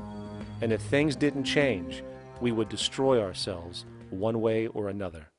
All these things you're saying, Jacques, could they be built with what we know today, or are some of these things, are you guessing based on what we know today? No. All of these things can be built with what we know today. It would take 10 years to change the surface of the earth, to rebuild the world into a second Garden of Eden. The choice lies with you. The stupidity of a nuclear arms race, the development of weapons, trying to solve your problems politically by electing this political party or that political party, that all politics is immersed in corruption. Let me say it again. Communism, socialism, fascism, the Democrats, the liberals, we want to absorb human beings. All organizations that believe in a better life for man, there are no Negro problems or Polish problems or Jewish problems or Greek problems or women's problems. They're human problems. I'm not afraid of anybody. I don't work for anyone. No one can discharge me. I have no boss. I am afraid to live in the society we live in today. Our society cannot be maintained by this type of incompetency. It was great, the free enterprise system, about 35 years ago. That was the last of its usefulness. Now we've got to change our way of thinking or perish. The horror movies of the future will be our society, the way it didn't work. And politics would be part of a horror movie. Lots of people today use the term cold science because they're analytical, and they don't even know what analytical means. Science means closer approximations of the way the world really works. So it's telling the truth, is what it is. A scientist doesn't try to get along with people. They tell them what their findings are. They have to question all things.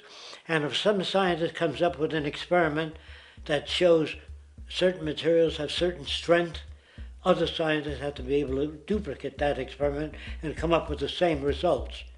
Even if a scientist feels that an airplane wing, due to mathematics or calculations, can hold up a given amount of weight, they still pile sandbags on it to see when it breaks.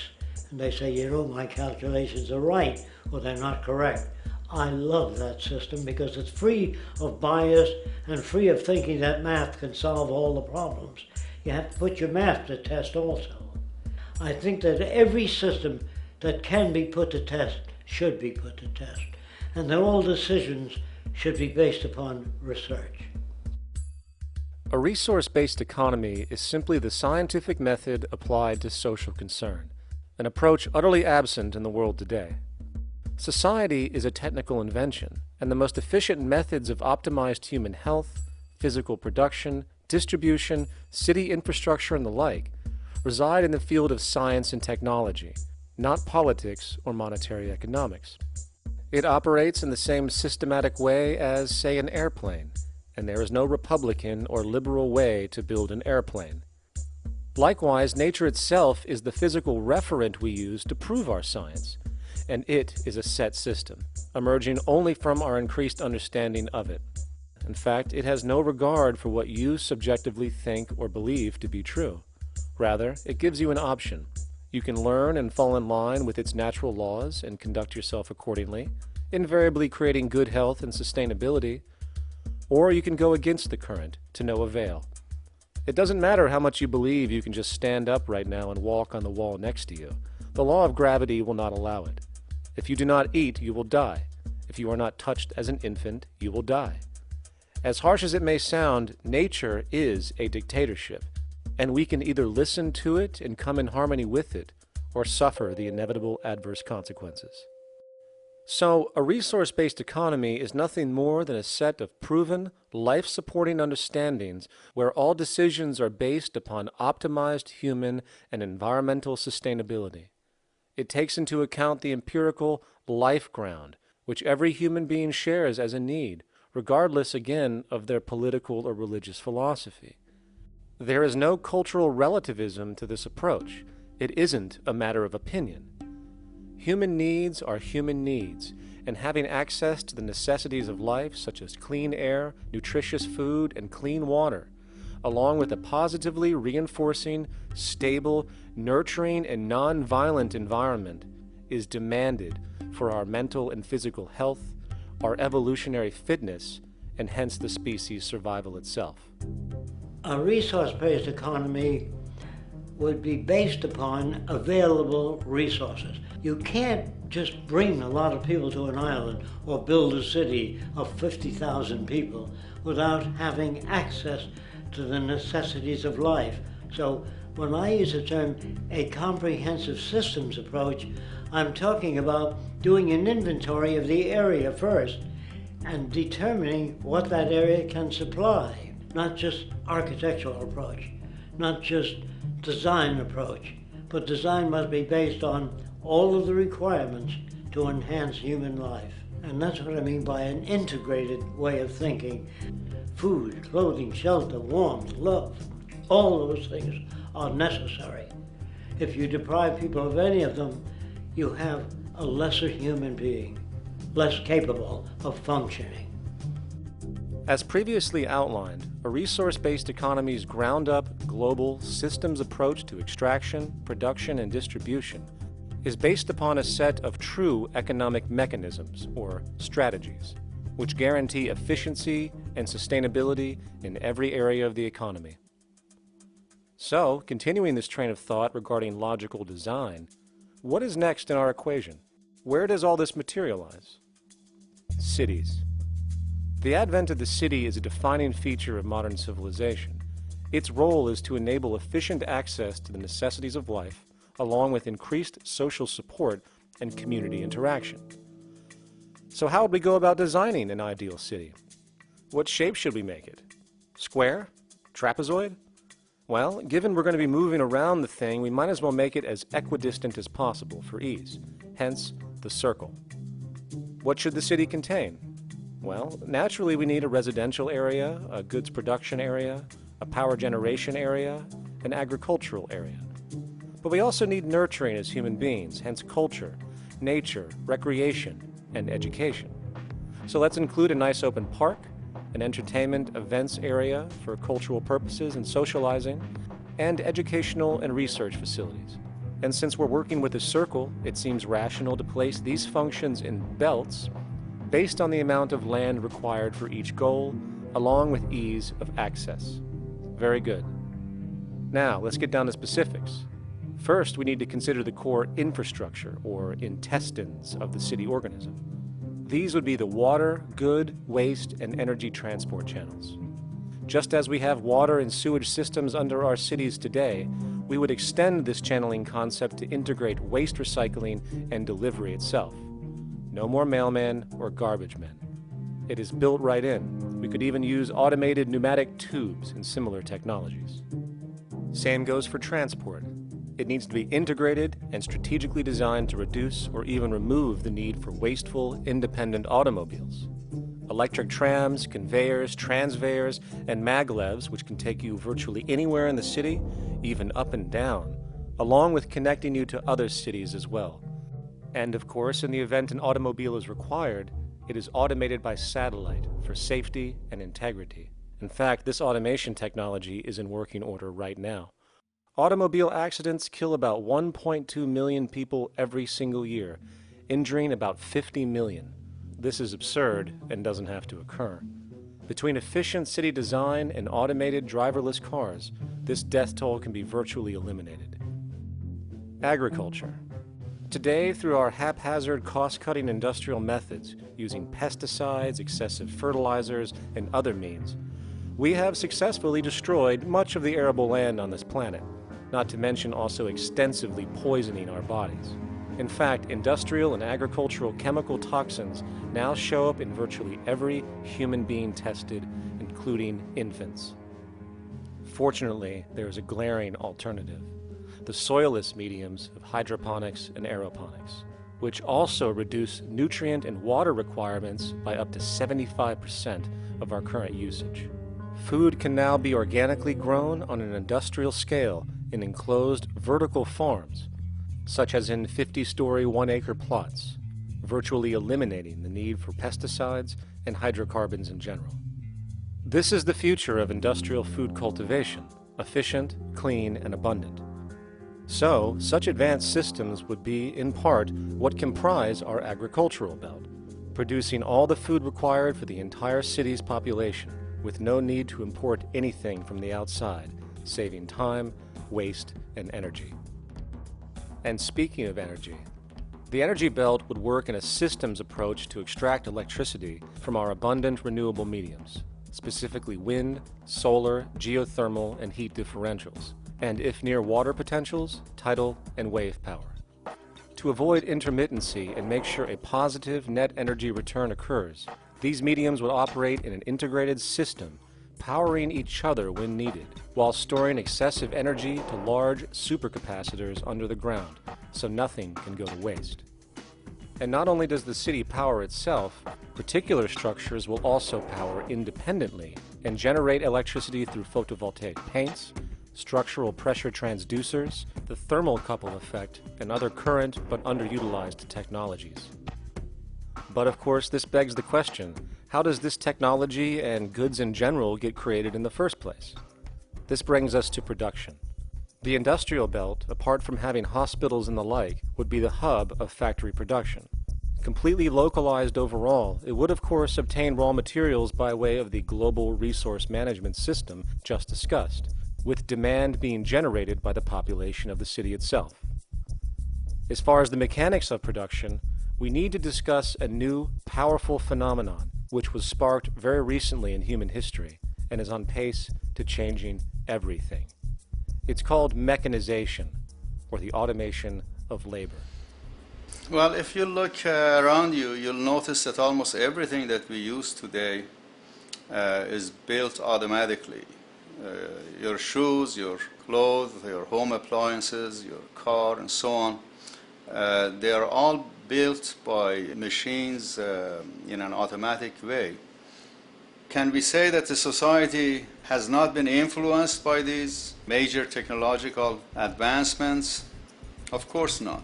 These systems really dictate new structures and new needs, and they make a lot of other things obsolete.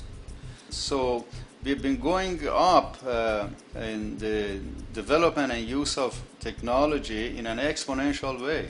So definitely automation is going to continue. You cannot stop technologies that just make sense. Labor automation through technology is at the bottom of every major social transformation in human history. From the agricultural revolution and the invention of the plow, to the industrial revolution and the invention of the powered machine, to the information age we live in now through essentially the invention of advanced electronics and computers.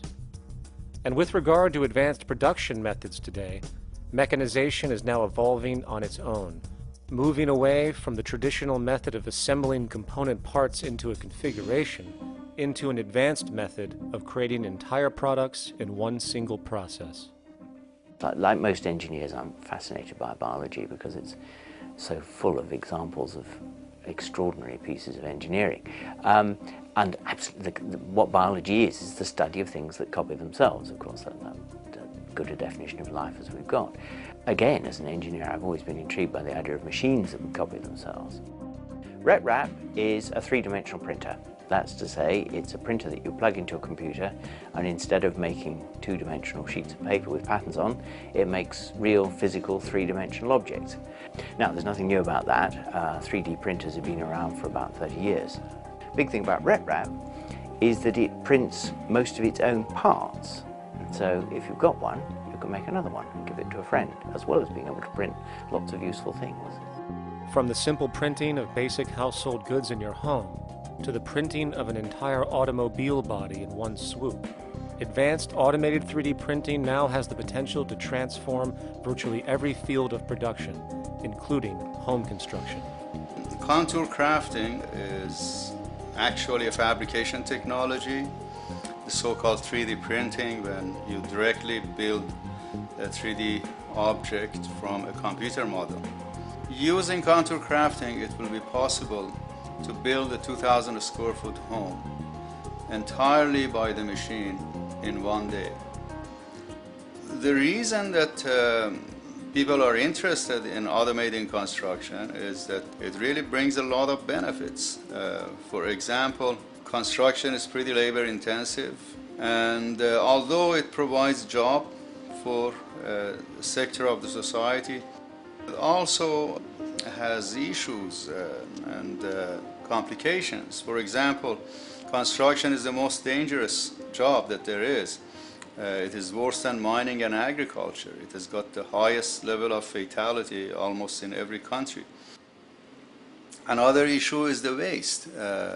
An average home in the United States has 3 to 7 tons of waste.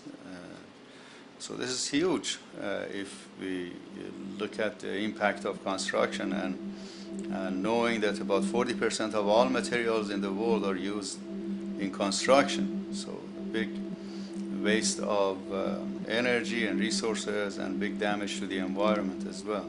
Making homes using hammers and nails and wood with the state of our technology today is really absurd and will go the way of our labor class in regards to manufacturing in the United States.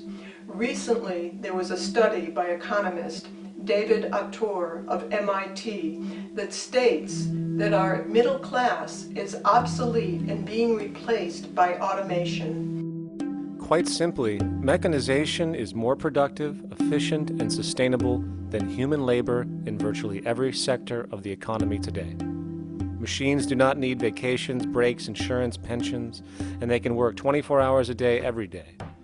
The output potential and accuracy compared to human labor is unmatched.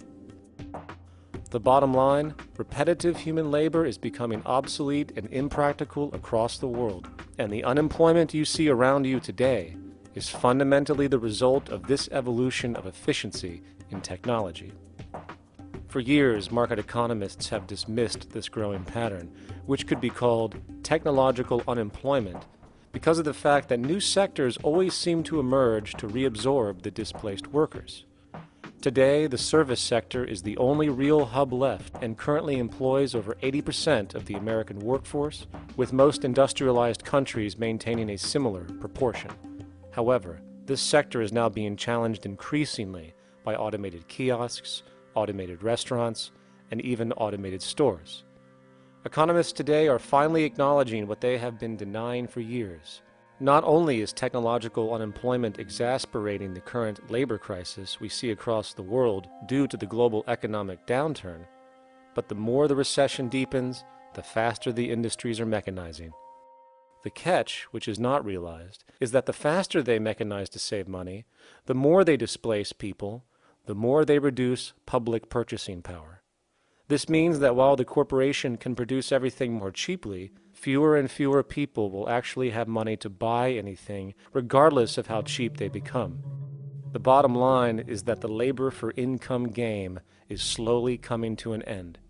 In fact, if you take a moment to reflect on the jobs which are in existence today, which automation could take over right now if applied, 75% of the global workforce could be replaced by mechanization tomorrow. And this is why, in a resource-based economy, there is no monetary market system, no money at all, for there is no need. A resource-based economy recognizes the efficiency of mechanization and accepts it for what it offers. It doesn't fight it like we do today. Why? Because it is irresponsible not to, given any interest in efficiency and sustainability. And this brings us back to our city system. In the center is the central dome, which not only houses the educational facilities and transportation hub, it also hosts the mainframe that runs the city's technical operations. The city is, in fact, one big automated machine. It has sensors in all technical belts to track the progress of agriculture, energy gathering, production, distribution, and the like. Now, would people be needed to oversee these operations in the event of a malfunction or the like? Most probably yes, but that number would decrease over time as improvements continue. However, as of today, maybe 3% of the city population would be needed for this job when you break it down. And I can assure you that in an economic system which is actually designed to take care of you and secure your well-being, without you having to submit to a private dictatorship on a daily basis, usually to a job that is either technically unnecessary or socially pointless, while often struggling with debt that doesn't exist just to make ends meet. I guarantee you people will volunteer their time left and right to maintain and improve a system that actually takes care of them. And coupled with this issue of incentive comes the common assumption that if there isn't some external pressure for one to work for a living, people will just sit around, do nothing, and turn into fat, lazy blobs. This is nonsense.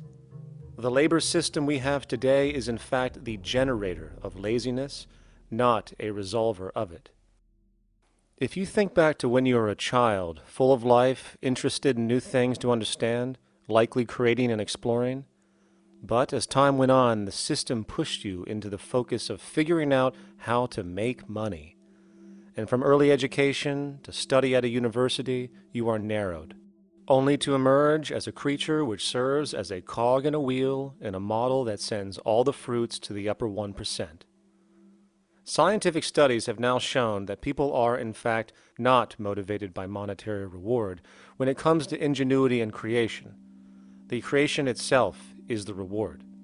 Money, in fact, appears only to serve as an incentive for repetitive, mundane actions, a role we have just now shown can be replaced by machine. So when it comes to innovation, the actual use of the human mind, the monetary incentive has proven to be a hindrance, interfering and detracting from creative thought. And this might explain why Nikola Tesla, the Wright brothers, and other inventors who contributed massively to our current world never showed a monetary incentive to do so. Money is, in fact, a false incentive and causes 100 times more distortion than it does contribution. Good morning, class. Please settle down. The first thing I would like to do is go around the room and ask what everyone would like to be when they grow up. Who'd like to go first? Okay, how about you, Sarah? When I grow up, I want to work at McDonald's like my mom. Oh, family tradition, eh? How about you, Linda? When I grow up, I'm going to be a prostitute on the streets of New York City.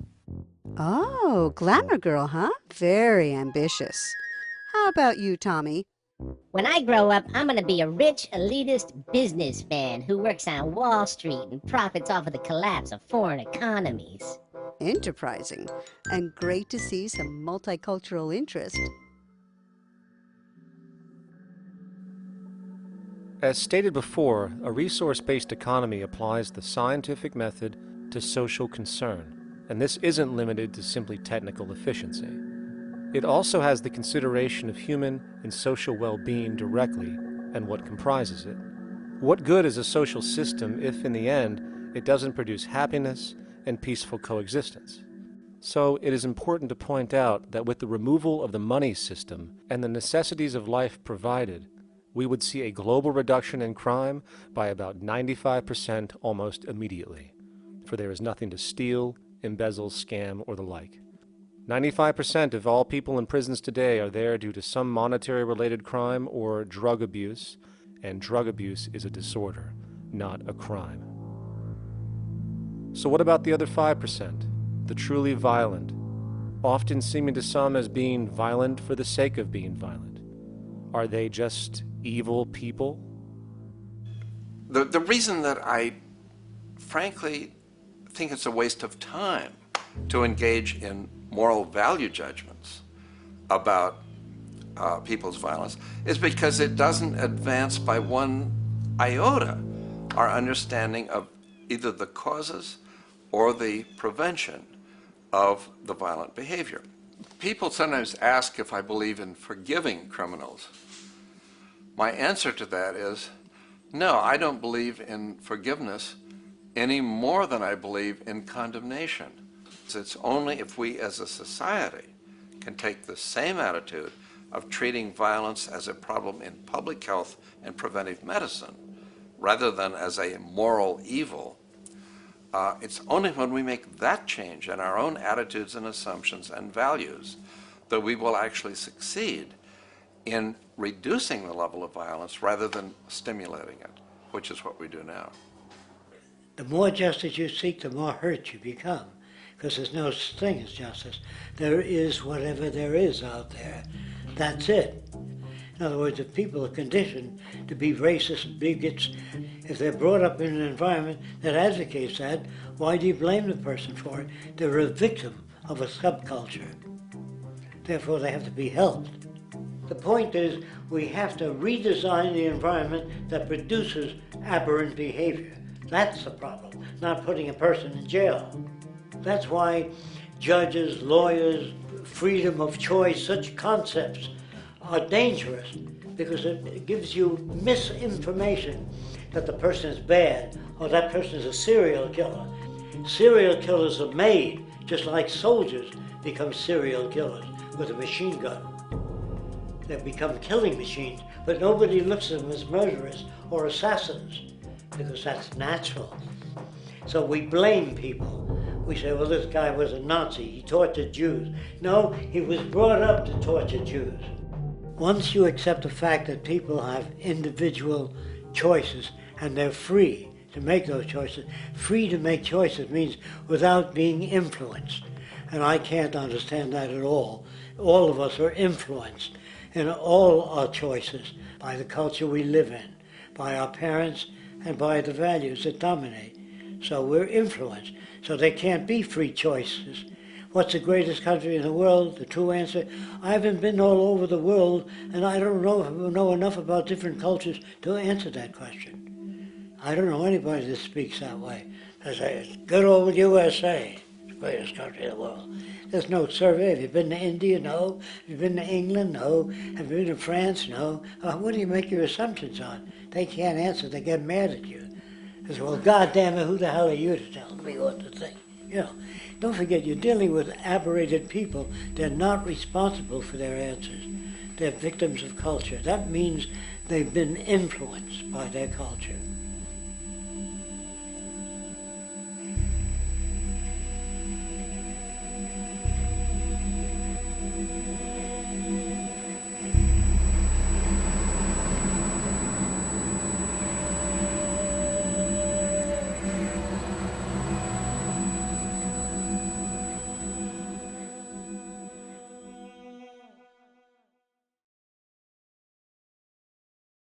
When we consider a resource-based economy, there are often a number of arguments that tend to come up with regard to the efficiency. Now hold on just a minute. Yes? I know what this is. This is called Marxism, buddy. Stalin killed 800 billion people because of ideas like this. My father died in the gulag. Hold on. Communist, fascist. You don't like America, you should just leave. All right, everybody just calm down. Death to the New World Order! Death to the New World Order! And as the irrationality of the audience grew, shocked and confused, suddenly the narrator suffered a fatal heart attack. And the seemingly communist propaganda film was no more.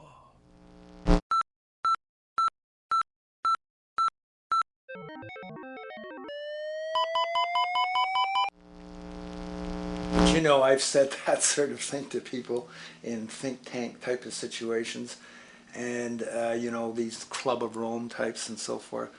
Marxist. What Marxist? Where did that come from? You know, they got this icon they hold on to as their holy grail, and it's such an easy one, you know. People ask if I'm a socialist or a communist or a capitalist, and I say I'm none of the above. And why do you think that those are the only options? All of those political constructs were created by writers who assumed that we lived on a planet of infinite resources. Not a one of those political philosophies even contemplates that there might be a shortage of anything.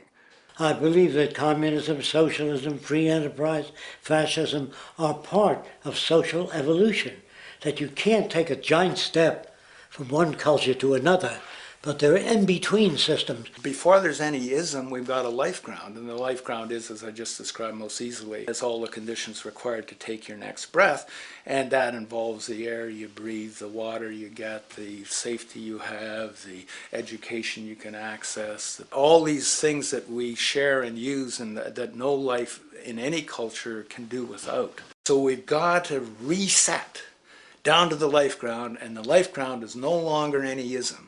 It's life value analysis. It's simply a matter of historical fact that the dominant intellectual culture of any particular society reflects the interest of the dominant group in that society. In a slave-owning society, the beliefs about human beings and human rights and so on will reflect the needs of the slave owners. In a society which again is based on the power of certain people to control and profit from the lives and work of millions of others, the dominant intellectual culture will reflect the needs of the dominant group.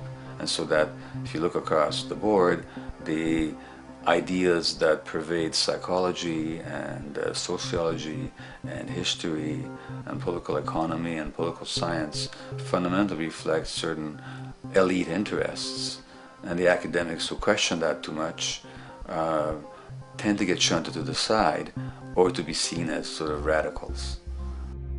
The dominant values of a culture tend to support and perpetuate what is rewarded by that culture. And in a society where success and status is measured by material wealth, not social contribution, it is easy to see why the state of the world is what it is today. We are dealing with a values system disorder, completely denatured, where the priority of personal and social health have become secondary to the detrimental notions of artificial wealth and limitless growth. And like a virus, this disorder now permeates every facet of government, news media, entertainment, and even academia.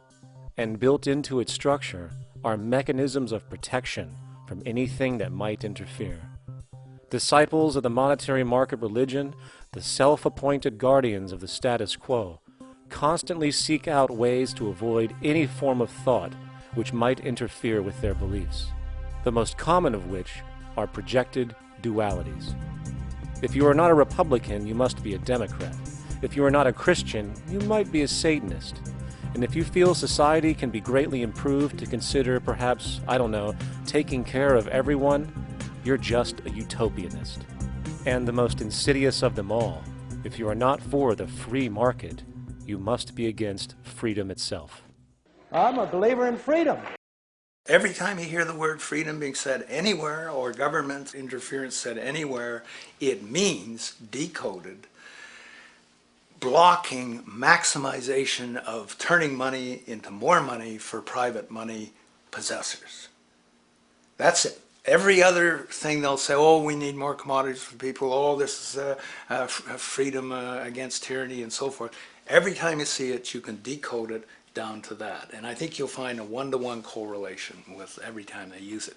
And this is a sense in which we might call, it's a syntax, a governing syntax of understanding and of value, so that it governs beneath their own recognition of it. So they may not say, oh, I didn't mean that at all, but in fact, that's what they do. Just like you may speak a grammar, and you have rules of grammar you follow without recognizing what the rules are.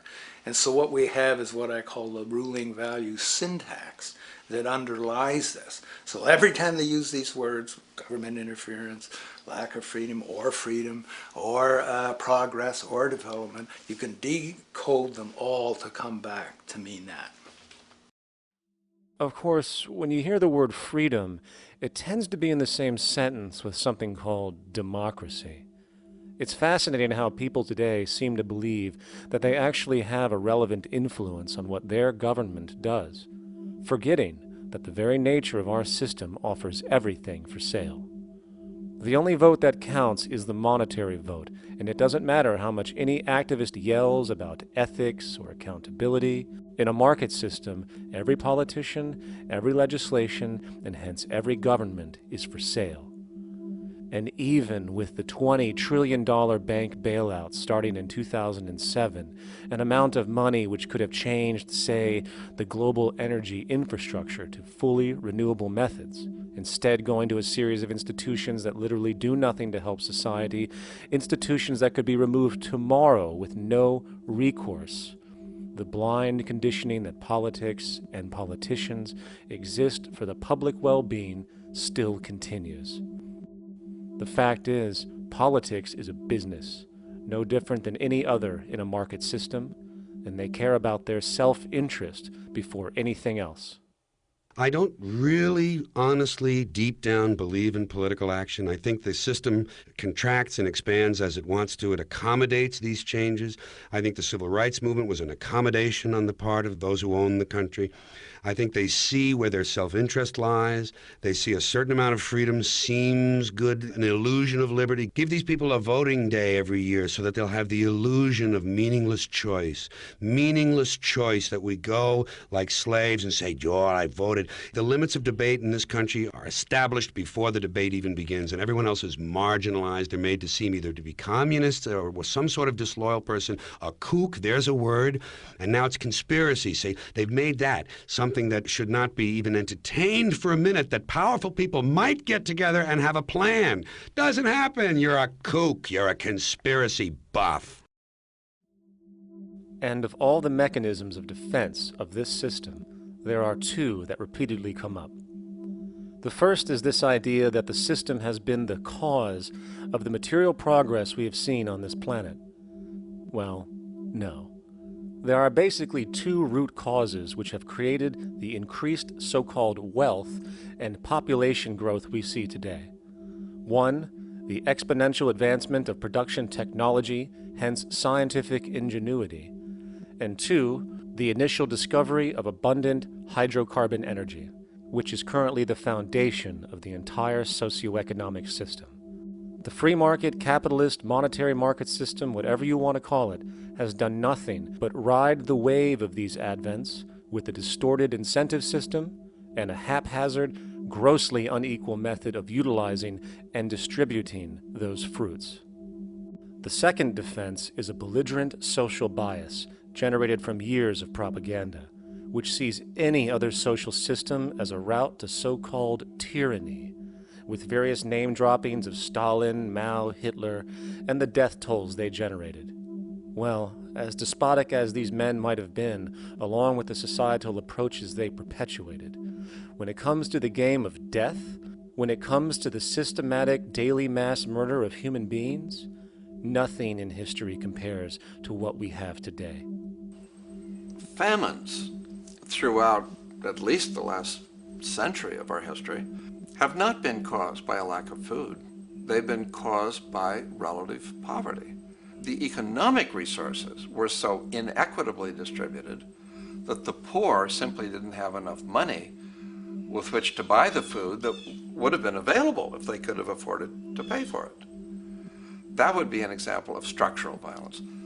Another example, in Africa and some other areas, but I'll particularly focus on Africa, tens of millions of people are dying of AIDS. Why are they dying? It's not because we don't know how to treat AIDS. We have, millions of people in the wealthy countries are getting along remarkably well because they have the medicines that will treat it. The people in Africa who are dying of AIDS are not dying because of the HIV virus. They're dying because they don't have the money with which to pay for the drugs that would keep them alive. Gandhi saw this. He said the deadliest form of violence is poverty. And that's absolutely right. Poverty kills far more people than all the wars in history, more people than all the murderers in history, more than all the suicides in history. Not only does structural violence kill more people than all the behavioral violence put together, structural violence is also the main cause of behavioral violence.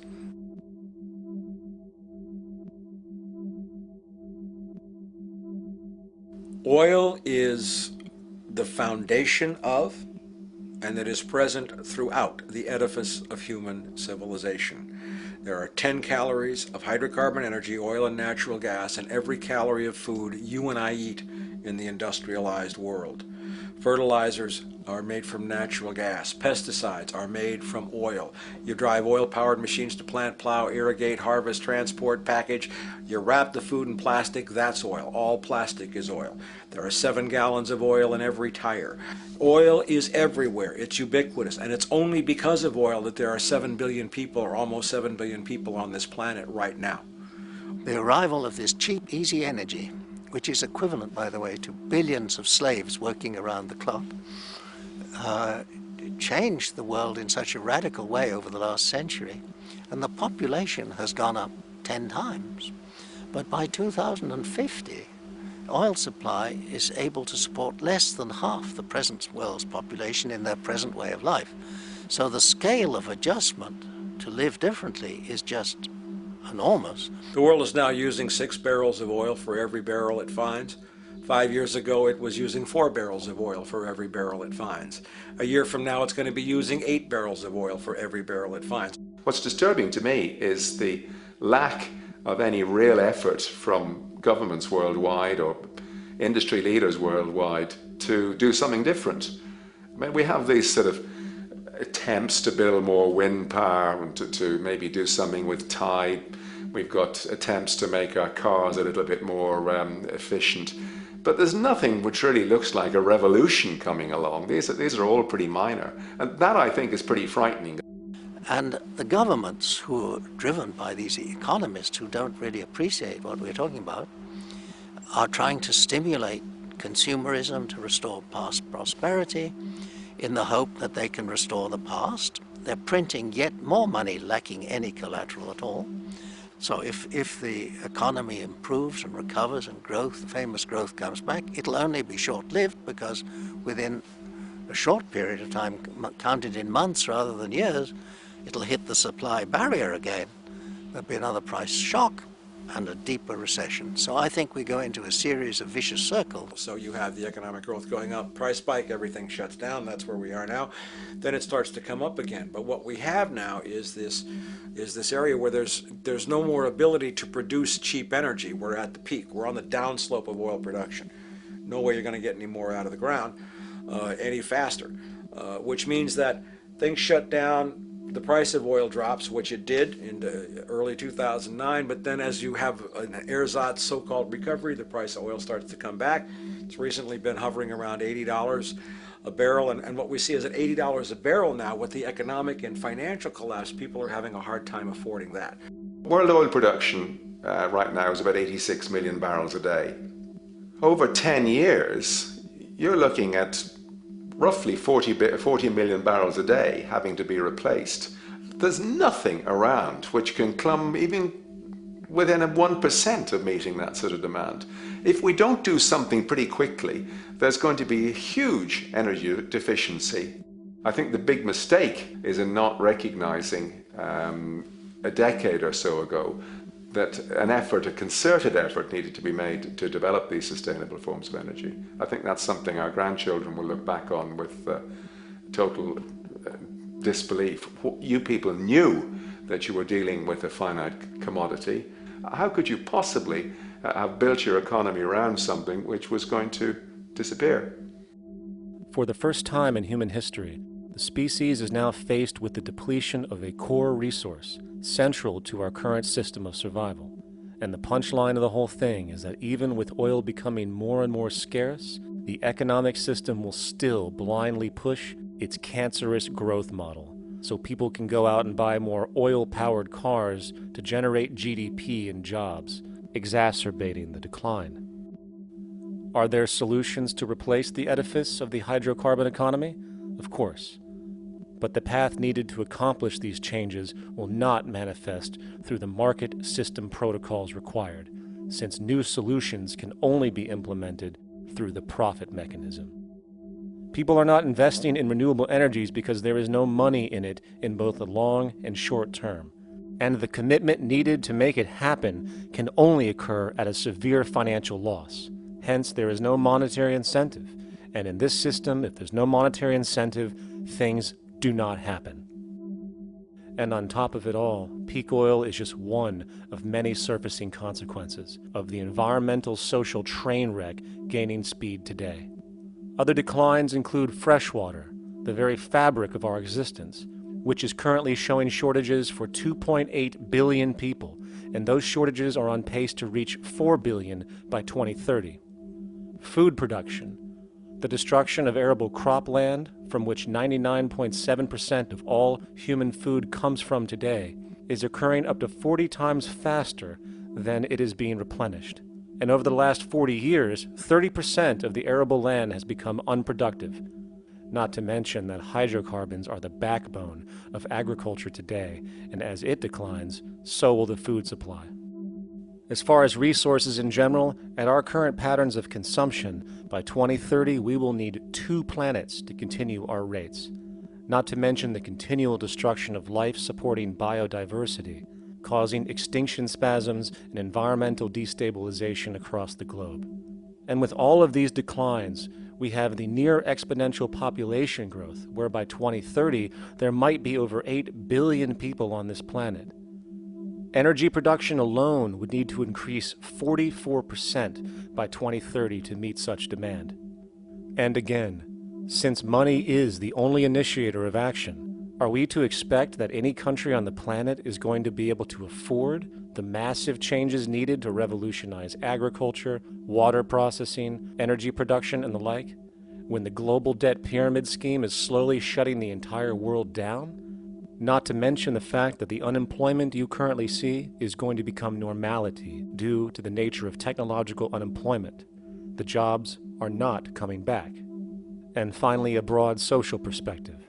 From 1970 to 2010, poverty on this planet doubled due to this system. And given our current state, do you honestly think we will see anything less than more doubling, more suffering, and more mass starvation? There is not going to be any recovery. This is not some long depression that we're someday going to pull out of. I think the next phase we're going to see after the next round of economic collapse is massive civil unrest, when employment checks stop being paid because the states have no money left. And when things get so bad that people lose confidence in their elected leaders, they will demand change if we don't kill each other in the process or destroy the environment. I'm just afraid that we might get to the point of no return. And that bothers me no end. We do all we can to avoid that condition. It's clear that we're on the verge of a great transition in human life. What we face now is this fundamental change of the life we've known over the last century. There has to be a link between the economy and the resources of this planet, the resources being, of course, all animal and plant life, the health of the oceans and everything else. This is a monetary paradigm that will not let go until it's killed the last human being. The in-group will do all it can to stay in power. And that's what you got to keep in mind. They'll use the Army and Navy and lies or whatever they have to use to keep in power. They're not about to give it up because they don't know of any other system that will perpetuate their kind.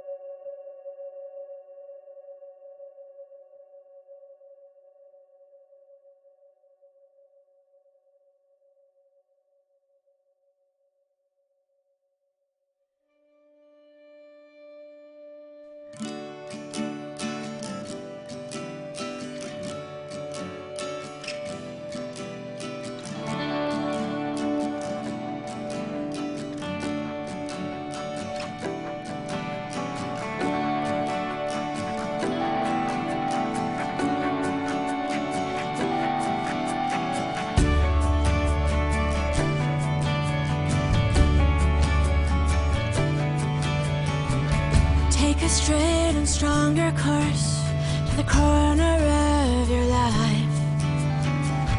Just remember that the goal is for us all to capture all we want.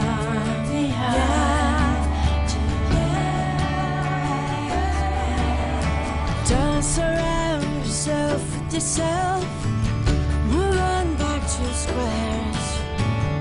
Send an instant karma to me, and I shall live with love and care for yourself. 'Cause it's time and time with your time, and its news is captured for the Queen to use.